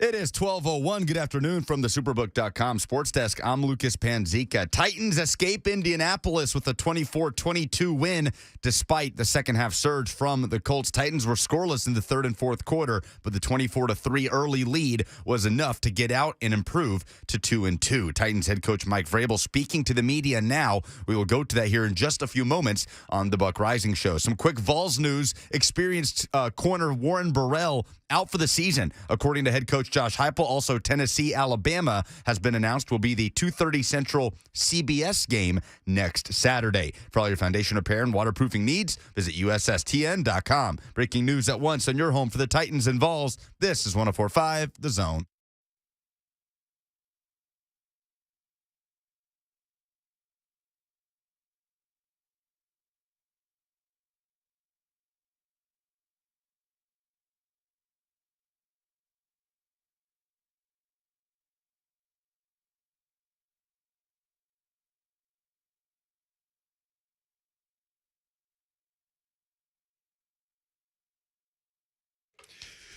Final hour is here. Mike Vrabel is at the podium. I'm going to shut up, let the head coach of the Tennessee Titans talk, coming off a 24 to how many, Lucas? 17. Oh, tough scene on the update. Let's go to St. Thomas Sports Park. We're getting rid of the football and being able to get points there. So we'll focus on those and make sure that that's cleaned up moving forward. I think you guys have been as clean and smart as you usually have been between that. You had an illegal shift. You had too many men on the field. Burks didn't know what to do when he was hurt. That stuff seems to be kind of adding up. Well, we'll continue to coach it. We have to make sure that, take these things as a case-by-case basis that you bring up. It's all, part of the game and all the operation, changing subs and, making sure that we have the proper amount of guys on the field, handling the situations when a player, is injured and can't, play the next play, all those things that we talk about, and that will continue to work and practice. How did Farley hold up yesterday when he was inserted in there in coverage? Well, I thought he improved. I thought there was, some good snaps and then some ones that, we'll continue to work on and improve. And but I thought he did a nice job when he was in there. It's a tough position to play. You're under the gun, and you're going to have to be willing to make have some balls caught on you, and then being able to come back and make a play. And so you had a pass break up, and then the next play they went down the field on him, and you just have to be ready for the ball every single time. Are there times that in his coverage that maybe he's needs to be a little tighter and use his frame and length to be closer to the receiver on? We'd like all our DBs to be as close to their receivers as possible. Any idea how long you'll be without Traylon, and do you have the bodies on the roster to replace him? We do. I don't know how long he'll be out. We'll continue to evaluate him this week and see where he's at. Ryan's now 4-0 in Indianapolis. That's a place that this franchise in the past had really struggled to win. Can you just speak to what he has meant over the last few years and this season? Well, we've taken care of the ball. We were able to win the rushing battle. We were at a better passer rating, and we won the turnover margin. So that's the recipe for winning in this league, especially on the road. And we'll continue to find and make opportunities. I think that there were some things that we could have probably gotten, and been able to get the ball there. And we'll talk to Ryan about some of those things. But it was pretty, kept us out of harm's way, delivered some really, really good throws. Was accurate and made good decisions. We just have to, I think there was a few down the field we probably could have had. How much do you feel like this game was a getting back to your identity as far as stopping the run and establishing the run on your own? Well, I think that's just what you have to do, especially against the opponent that we were playing, where we were playing on the road. And, each week is different. Each week, we'll have to have a game plan, and then we'll see how that game plan's going and then whether it needs to adjust or not. What are some things you've seen from Chig out here on the practice field that put him in a position to get more opportunities yesterday? Well, it just felt like, just trying to find a way to,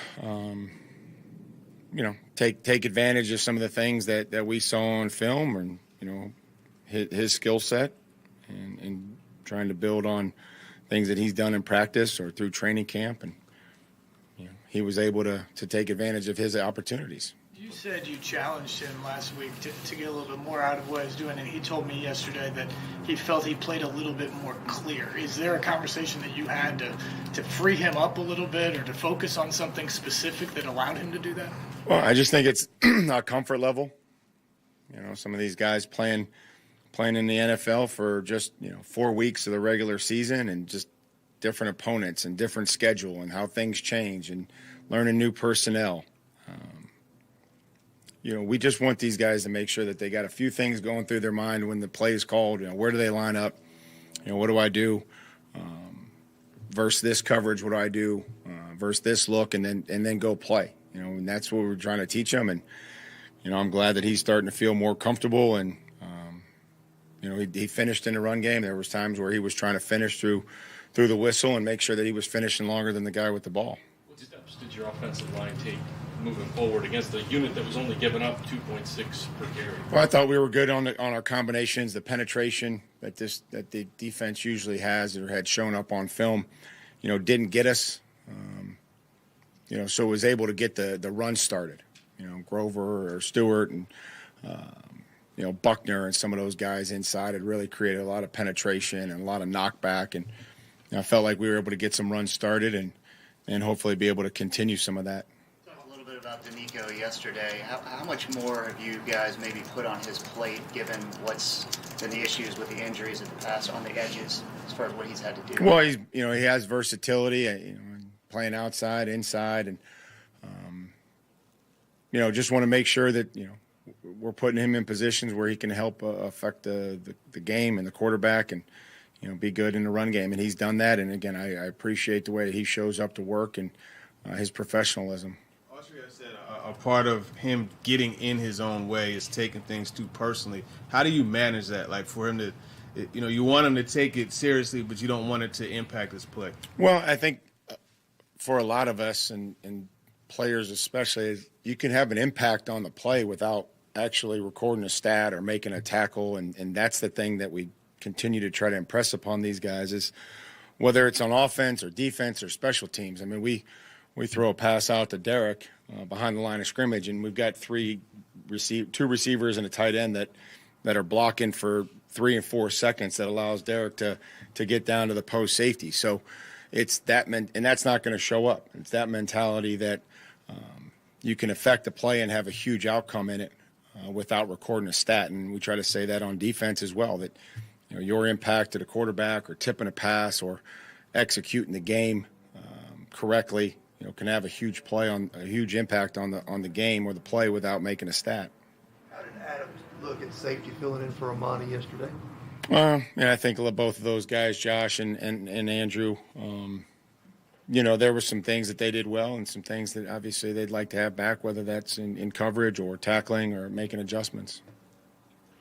Has Jeff had that role that you're just talking about, that you can do things within the system that maybe don't show up in the box score or in the stat sheet that allows other guys to do things? And was yesterday maybe an example where they try to limit him and then Danico has the game he had? Yeah, I mean, the very first, the first third down or whenever it was early in the game, they slide to Jeff and, Danico beats Nelson. And, so when they are one-on-one, we expect them to win. And then obviously, making sure that they're doing what we need them to do in the run game. And Jeff was a major impact in the run game, making sure that the line of scrimmage was firm and that we weren't getting washed. And, he handled the double teams and the combination blocks and all those things that we talked about, making sure that he was good. And then he got grabbed it, got tackled a couple of times from, the video that I watched. So not much he could do. I think he's trying to get into the middle of the pocket and trying to affect the quarterback when he was one-on-one, and then they saw it differently. How did Edwards do with his learning curve, and where's DeMarcus Walker fit into things right now? Well, we'll see where that goes this week, where he fits in this week. Then we haven't started game planning for the Redskins yet with where guys will be. And Mario came in, was willing to learn and willing to play, and we'll keep getting them reps there. the O-line improvement there also, but I think Derek's had 4 runs, 10-plus yards the last 2 weeks. Are we seeing more from Derek in addition to the offensive line? Yeah, I mean, I think it all works, hand in hand. I think the combination blocks and the receivers and,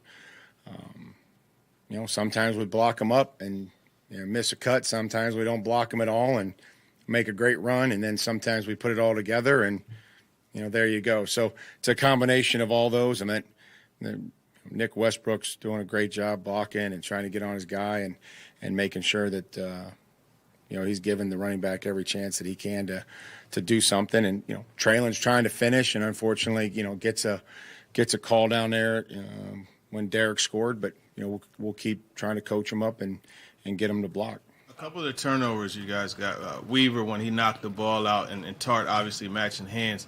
It's like a direct correlation of what you guys do out here. Do you give the coaches an opportunity to kind of search and find those drills, or how do you go about, being so intentional with stuff transferring to game day? Well, you just have to watch the tape. I think that's when I tried to start coaching, I didn't really have a drill tape. I just had played, and so you just talk about watching the play and where they're at when the ball snapped, what position they're in, 2 or 3 seconds into the play, and do you have to transition in a pass rush? Or are you down the middle of the quarterback and his front hand come off, and then you match the hand? Are you trying to hammer, or is the running back going down like in Joe Schobert's case and you're raking? So really, ball disruption is about locating the ball and then finding out using the proper technique to affect it. Some of those things wouldn't apply to, you don't want to rake when the running back is still upright. He's just going to put 2 hands on it and spin away from you. But, Kevin had a hammer, and we just have to be closer to when he hammers it on the tight end and the ball comes loose. The next guy's close enough to knock it free because it was loose. I thought we had we did a better job of hammering and making sure those attempts were there. Obviously, you like the wins, but after the quarter point of the season, how do you like your team's trajectory at this point as far as improvement? Well, this would be a huge week for us. We can't look ahead. We have to focus on, going into Washington and preparing this week and finding out who's available. I was, excited to be able to go on the road in the division and win a football game. It's tough, and we understand that. So, we're going to focus on the things that we did well. There's plenty of things that we need to fix, and we will. And we'll focus on them at practice and then have the best, give our guys the best plan to go to Washington to give themselves a chance to win. Second half, how much are you doing like self-scouting and it's just working on being better? For this week? Well, just in general, because the second half is propped up over and over again for your offense. Yeah, I think it's just about getting that first down, getting into the drives. Some of the stuff that we're, that we hit or made a play on, we didn't. Some of it is, one little mistake here or there. And but I think that there's a lot of good football still in there. We just can't have the mistakes that have showed up. And, once you can get into drives, we just didn't run many plays, ran 18 plays in the second half. It's not enough. You expecting Rice to practice this week? Or Did you say Monty Rice? Yeah. Yeah, hopefully. Yeah, hopefully we can see Monty, and he can begin his window and start practicing. So he's been working hard, and Todd and Frank and their staffs have been, working hard with him to get back. Elijah and Racy have a chance to come off IR at this point now. I think it's been 4 weeks. They would have a chance. I don't expect them out there this week. And Hooker, still protocol for Hooker? Yeah, still working his way through, and we'll keep you updated there. Derrick Henry's TD was taken off the board. You had a lengthy conversation on the sidelines with either the side judge or the back judge. Were you satisfied with the explanation? Sure. I want our players to act, find out, what they did that, what mechanism that they performed that would lead to the official thinking that it was a penalty. And, he was, said that he was restricted. And, I'd asked if he broke the framework of Traylon's body. And he explained that he thought he did. And I said, okay, I'll have to, you're the one with the flags. And so I want Traylon, to be able to understand that. And that official. That's what we do in training camp when these guys come in here, is that we talk about what mechanisms they're looking for that are going to trigger penalties. Did it match the video this morning? It doesn't matter whether it matched or not. I mean, they called holding. Thank you. That's Titans head coach Mike Vrabel. I like the ending to that sequence. Because the lengthy did you see the clip? Because apparently he got kind of caught, Mike did, close to a live mic, screaming at the ref that he's going to show this to the competition committee. Because remember, Mike is on the competition committee. So it is entirely possible that Mike Vrabel has a better understanding of the rule book in real time than some of these officials do, which always leads to animation. 615-737-1045. More of your phone calls coming up next. We'll react to some of what we heard from Mike Vrabel. A couple of interesting injury updates to discuss. That's next.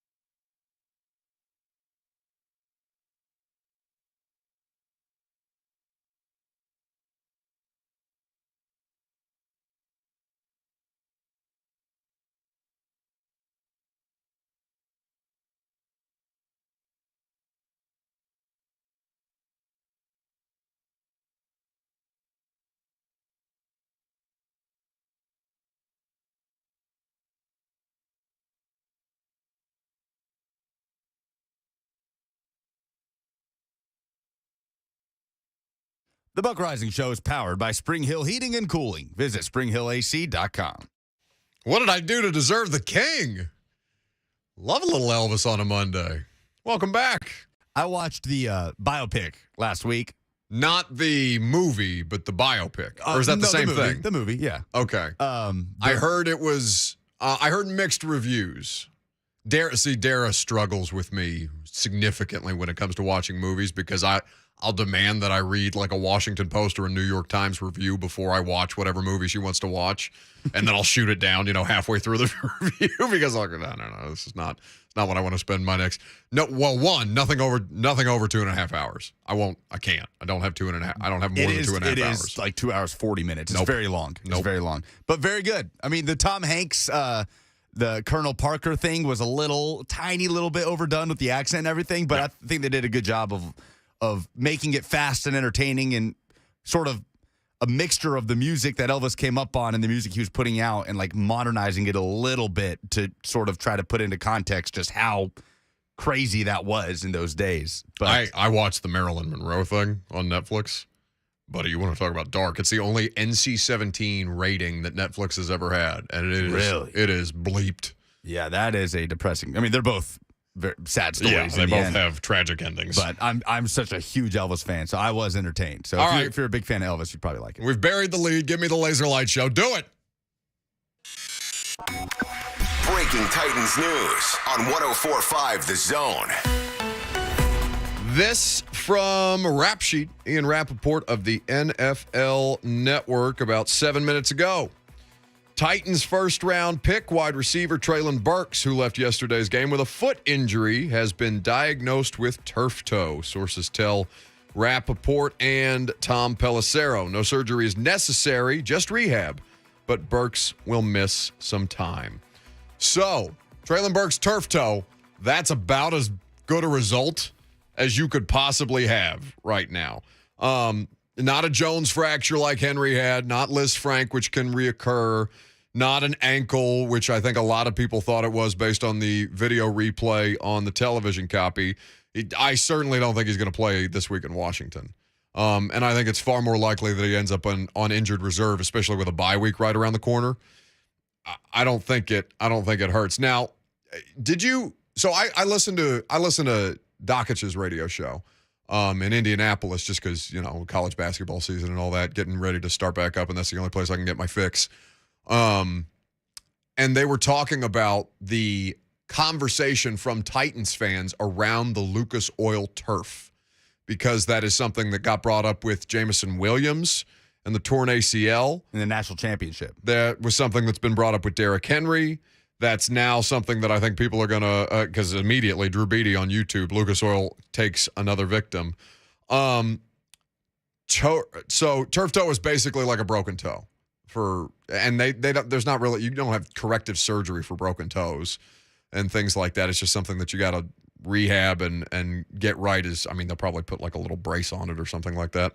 If they did put him on IR, that would be 4 games at minimum, meaning Washington, bye week, Indianapolis, Texans. Does the bye week count as a game? Does it not? I don't remember. It does. I believe it does, because I thought that. I want to say you're right, but I'm not certain. I thought that someone, either A.J. Brown or Julio Jones, benefited from that last season with their IR stint coming with the bye week. I think A.J. Brown's IR stint, the bye week, came through that. See, but they change the damn rules now every year. It might not be the case anymore. Okay, we'll look that up for you. But if it did not count, then that would include the Chiefs game. So the Chiefs game would be that 4th game, but not the 4th week. Interesting. Bye week does not count, says Jacob Ingleby. Again, I'll double check at some point throughout the course of the day, and we'll make sure that we find that correct information. That wouldn't make sense to me, right? That the bye week does not count. Yeah, I mean, if they say 4 games, if by letter of the law it's 4 games as opposed to 4 weeks, then yeah, the bye week doesn't count. I guess I don't get that logic of saying 4 games rather than 4 weeks when it's about coming back from injury. It's probably the same. It's probably the same situation that resulted, or that, it's kind of like the guy that called earlier and said, why do they count 105-yard kickoff returns and not add additional yardage onto touchdown receptions and runs? I don't know, man. 615-737-1045. James Foster, by the way, it is the Sports Film Room going to excuse me, easy for me to say. You good? Join? No. Have you ever had that happen where you just completely trip and fall out of a sentence? Good God. He is going to join the show via Zoom momentarily. First, some calls. Dustin is in Lincoln, Nebraska. Hello, Dustin. Hey, Buck. How's it going? Going good, bud. Hey, just a question. With Traylon Burks possibly being out a couple weeks and doesn't seem to really have a timetable for when Racey McMath is going to be available, do you think they should target any free agent wide receivers that are available? We're not going to do the Will Fuller thing again, are we? He's still not employed, by the way. No, there's not an NFL team in the league that seems to want that guy on the roster. And I don't know why that is. No, not free agents. I think Josh Gordon. Which, God, if it'll get you guys to leave me alone about it, I hope you get all the Josh Gordon snaps humanly possible. He continues to be he wasn't even a practice squad call-up yesterday. Is it wrong of me to say that at this stage in their career, Cody Hollister is a better wide receiver than Josh Gordon? Is that completely outrageous to people? I mean, the Titans think so based on who's been playing and who hasn't. Yeah. Josh Gordon is – I don't think it's going to be a situation for the Titans that Josh Gordon completely turns into, the 2013 he had the 1,000 yards receiving year with Brandon Weeden as his quarterback with the Browns. Like, that's not what's happening. But I don't think for the purposes of our conversations that Josh Gordon is going to be in a kind of like a substantial upgrade. Like, you're not getting a starting wide receiver. You're getting a fifth wide receiver who's not going to play as much as Cody Hollister is because they trust Cody Hollister more than their other wide receivers. James Foster, A to Z Sports Film Room, is here with us now on 104.5 The Zone. Are you as excited as half the people in my mentions are about Josh Gordon probably going to be on the roster here in a bit? Unfortunately, I think Josh Gordon played in the wrong era. I'll say he needs to be in a time period in NFL history where they, I think, allow substance abuse to an extent, because I think he unfortunately we got kind of robbed of like the prime of his career. But just watching him run routes, it's nothing like what it used to be, in my opinion. No, I mean, I think people would be shocked because where have you done tape study on Josh Gordon, James, and looking at like this, because he played in 12 games for the Chiefs last year and did nothing with those snaps. Right. I haven't gone back and looked at the Chiefs film, but usually my assumption is that when a receiver is unproductive in an offense with Patrick Mahomes and Andy Reid, it's probably more on them. I don't think that like he was, Andy Reid was, didn't know how to use them or something. So at A to Z Sports Film Room is where you can follow him. When can people expect the full detailed breakdown to show up on the YouTube page and across the social media channels of the Colts and Titans game, James? Yeah, so I'm actually kind of trying a new video format this week, going back to what I used to do with the Titans games, where I just kind of do full breakdowns of the entire game. So I'm going to have that one out by Thursday or Friday, most likely. But yeah, I mean, I thought, my takeaway just offensively is, and really from the last couple games, is that I'm confident there's someone on the Titans coaching staff who is an innovative play designer. But whoever's in charge of coordinating the offense, especially in the second half, just doesn't have it. I'll say that. Have you ever seen a situation? They're first in EPA in the league in the first half of games, and they dropped to 32nd in the second half. I've never seen anything like that in my life. And, I mean, there are explanations beyond, at least from my standpoint, James. You understand this stuff on a schematic level that, I like to think that after reviewing smarter people like yourself and the work that I do with Greg Cosell, that I'm able to understand it. But it's not like it's necessarily all a play design failure from top to bottom, the way that I think the internet is alleging. There are equal parts play design failures, execution issues, Ryan Tannehill miscues from time to time, like missing a wide open Traylon Burks in a certain situation, as was the case against the Raiders in the second half on a play. I can't remember the down and distance specifically. But I guess, so is there any thread that you're able to draw between what you see schematically in the second halves of these games that's causing them to be so offensively inept? Yes. What I would say is that in the first half, or, and especially in the first couple drives, every specific detail of the Titans offense makes sense. They've got, wherever they feel like the weaknesses in the offensive line, they've got, support from a running back or a tight end to close that off. The routes have perfect spacing. They've got the right guys on the correct side of the formation, like all that kind of stuff. And then as we get into the second half, they're just, there's little issues with play design it's not necessarily like, calling this run play was bad or calling this pass play was bad.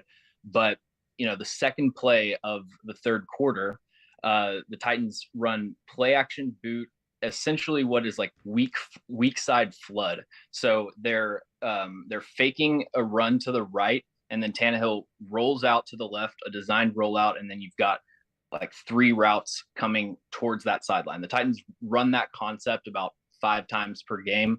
Any offensive scheme that's similar to Tennessee, you'll see that, all throughout their offense. But something that the Titans have gotten beat with this season is by running that to the weak side, meaning there's no tight end on the side that Ryan Tannehill is rolling out to. He just gets immediate pressure. And that's what happened on the second play of the second half. Tannehill rolls out. Dayo Odeyingbo doesn't even have to engage with Dennis Daly's block. He can just take one lateral step, and then he's got a clear path to Ryan Tannehill. There's nothing that he can do about that. So you're pretty much just banking on them, like just biting really hard on that run fake. And if they don't, then the play is doomed from the beginning. So that's one example. But yeah, I mean, you're right.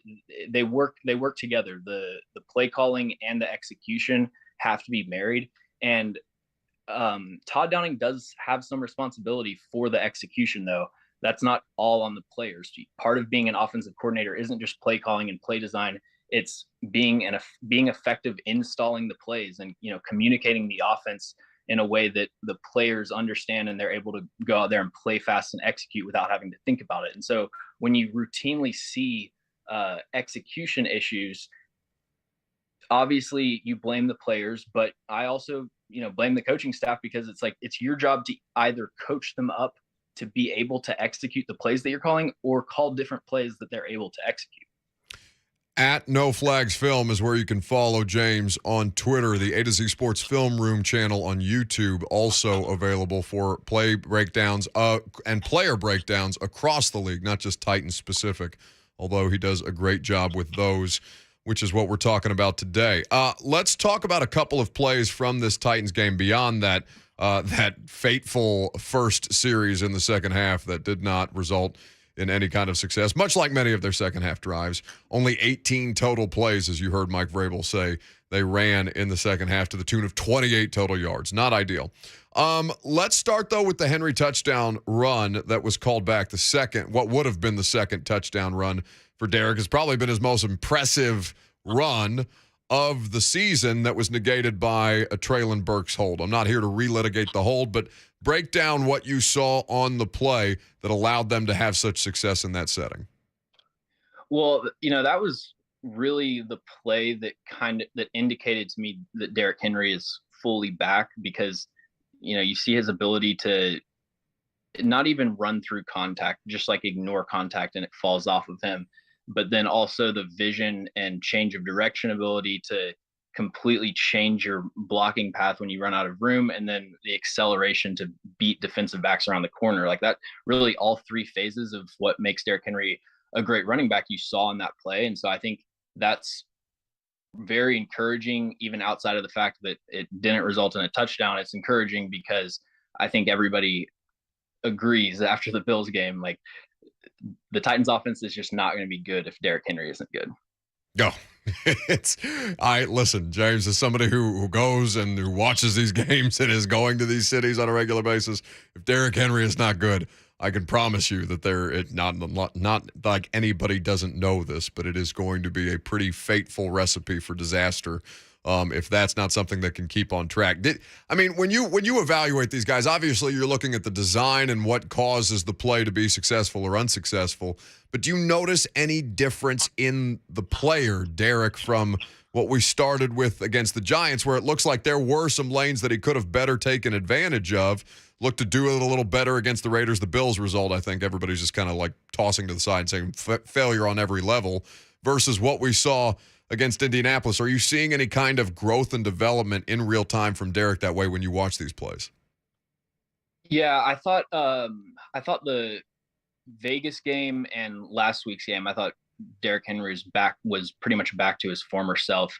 The Buffalo game, I had a really hard time criticizing him for because he was being hit at the line of scrimmage just so often. I think at that point the Titans ran like 7 toss plays and he was hit at the line of scrimmage 5 of them. So, it's hard for me to blame him that much. And then the Giants game, it kind of at this point seems like he was just getting back into the groove of things. Yeah. At No Flags Film is where you can follow James Foster. We're breaking down the Titans and the Colts, a couple of plays from Titans and Colts. Let's talk about the play that sealed the game. I thought the stones for Todd Downing or whomever was responsible for submitting the 3rd and 4 play action pass to Chig to seal the game, to be able to, have the Colts burn their final timeout and then enter into the victory formation. Did you like the play design? Did you like the play call in that spot? I did, and you can watch Todd Downing's reaction on the sideline when that play works, and just the weight of a thousand Buck Rising questions about, what went wrong with the 3rd and 4 play? Why would you go back to Chig after you failed that tight end sweep in week 1? And then, Paul chimes in, well, don't you think, he can just see like all I'm there every time, James. I promise that the man is ready for some relief. But yeah, I thought, the best part of that play, I thought, was having Derrick Henry in at fullback and Chig in at halfback. And, to me, if I was a linebacker, watching that play, and like throughout the week, coaches have shown you like their 3rd and 4th down cut-ups, and you see that failed tight end sweep to Chig Okonkwo, I would be thinking as a linebacker, okay, no way they go back to Chig here. So that's not really what I would be keying in on. I'm keying in on Derrick Henry, and so they fake a run to the left. Chig, I think, kind of bluffs the block and then goes out for a little speed out. And that's really, I was really impressed with the way that they utilized Chig Okonkwo this entire game. The first reception, that was that wheel route down the sideline, that's a very common concept. If you turn on any game this season, almost every team's running some variation of that, where you get a wheel and a seam.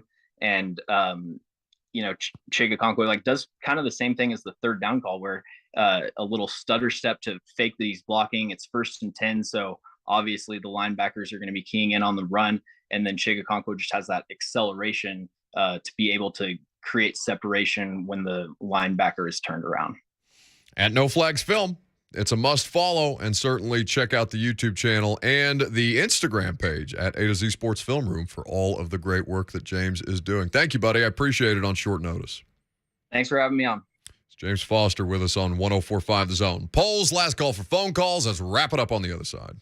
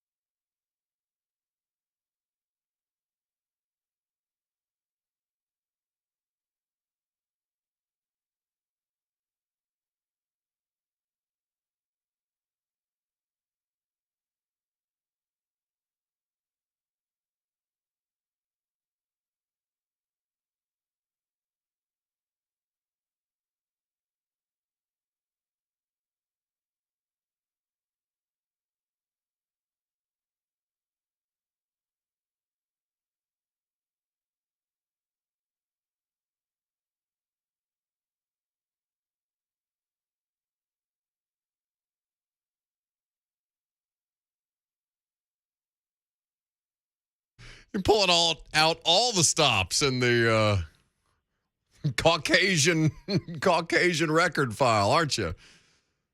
Little Bruce, Elvis today? What's got into you? Nothing, to be quite honest. They've just been there. Oh, okay. I thought you were trying to do something. 40 seconds to go in the break. I said, we need a song. All right. I wasn't sure if you were trying to set the mood for a particular reason. Without wasting a bunch of time, I think we got to do some polls. Stop the count. Stop the count. The polls have closed and the votes have been tallied. Now, here's your favorite Buck Rising Show correspondent, Lucas Polzica.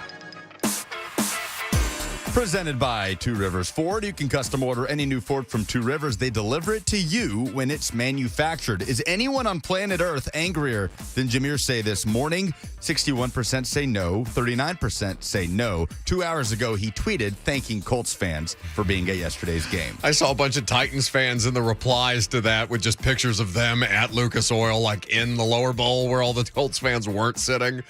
Yeah, a tough scene for old Jimmy Irsay. Who is probably mad as hell today, but also mad with big flexing emojis and red-faced emojis. What is the biggest second-half correction the Titans need to make? Moore says predictability. Apparently, I mean, to hear James Foster tell it, it sounds like there are schematic things that are happening in the second half that just simply aren't occurring in the first, and I don't have an explanation of that. The problem is layered. There's not one clean and simple explanation, but 64-7 speaks for itself. Which or who is the best team in the AFC South right now? Titans or Jags? I like this comment from Chris. Says, I don't know. Which half is it? 69% nice. Say Titans. I don't know that they're better than the Jags right now. I don't. Is that weird to say? I know Trevor Lawrence was an unholy atrocity yesterday. It's a toss-up right now. Yeah. God, it's so lame to say push, but they're probably pretty close. Where were you the last time the Titans lost to the Colts in Indianapolis? V-Love says, at Lucas Oil, disgusted, pulled a Buck Rising and left after the third period to get a jump back on the drive home. That was the 38-10 loss. I leave with up 17 against Florida for the Tennessee game, and all of a sudden I'm the bad guy. I was in the press box for that game. It was a bleep show, to be certain. But yeah, 2018, November 18th, 2018, the last time the Titans have lost to the Colts in Indianapolis. That's a pretty damn good streak. Yeah, Andrew puts the gif from Titanic. It's been 84 years. Don't do that accent again. Those are the polls. All right, very good. That's the show. Tomorrow, we will do winners and losers of the sports weekend. Come prepared. There will be plenty of good nominees, I'm quite certain. We will see what else we have to do. A lot of college football talk tomorrow from an interesting SEC weekend, and certainly the Vols traveling to Death Valley this coming Saturday will be worth a discussion. Oh, Niners-Rams tonight. Who you got? Why? We're not doing this every Monday and Thursday. What is wrong with you? I'm trying to break you. I'm not giving you game picks. I won't do it. I can't do it. I absolutely refuse. I will tell you, though, that I'm probably going to watch Hocus Pocus 2 instead of the Monday Night Football game. I hope you do, too. We'll see you guys tomorrow at 10 a.m.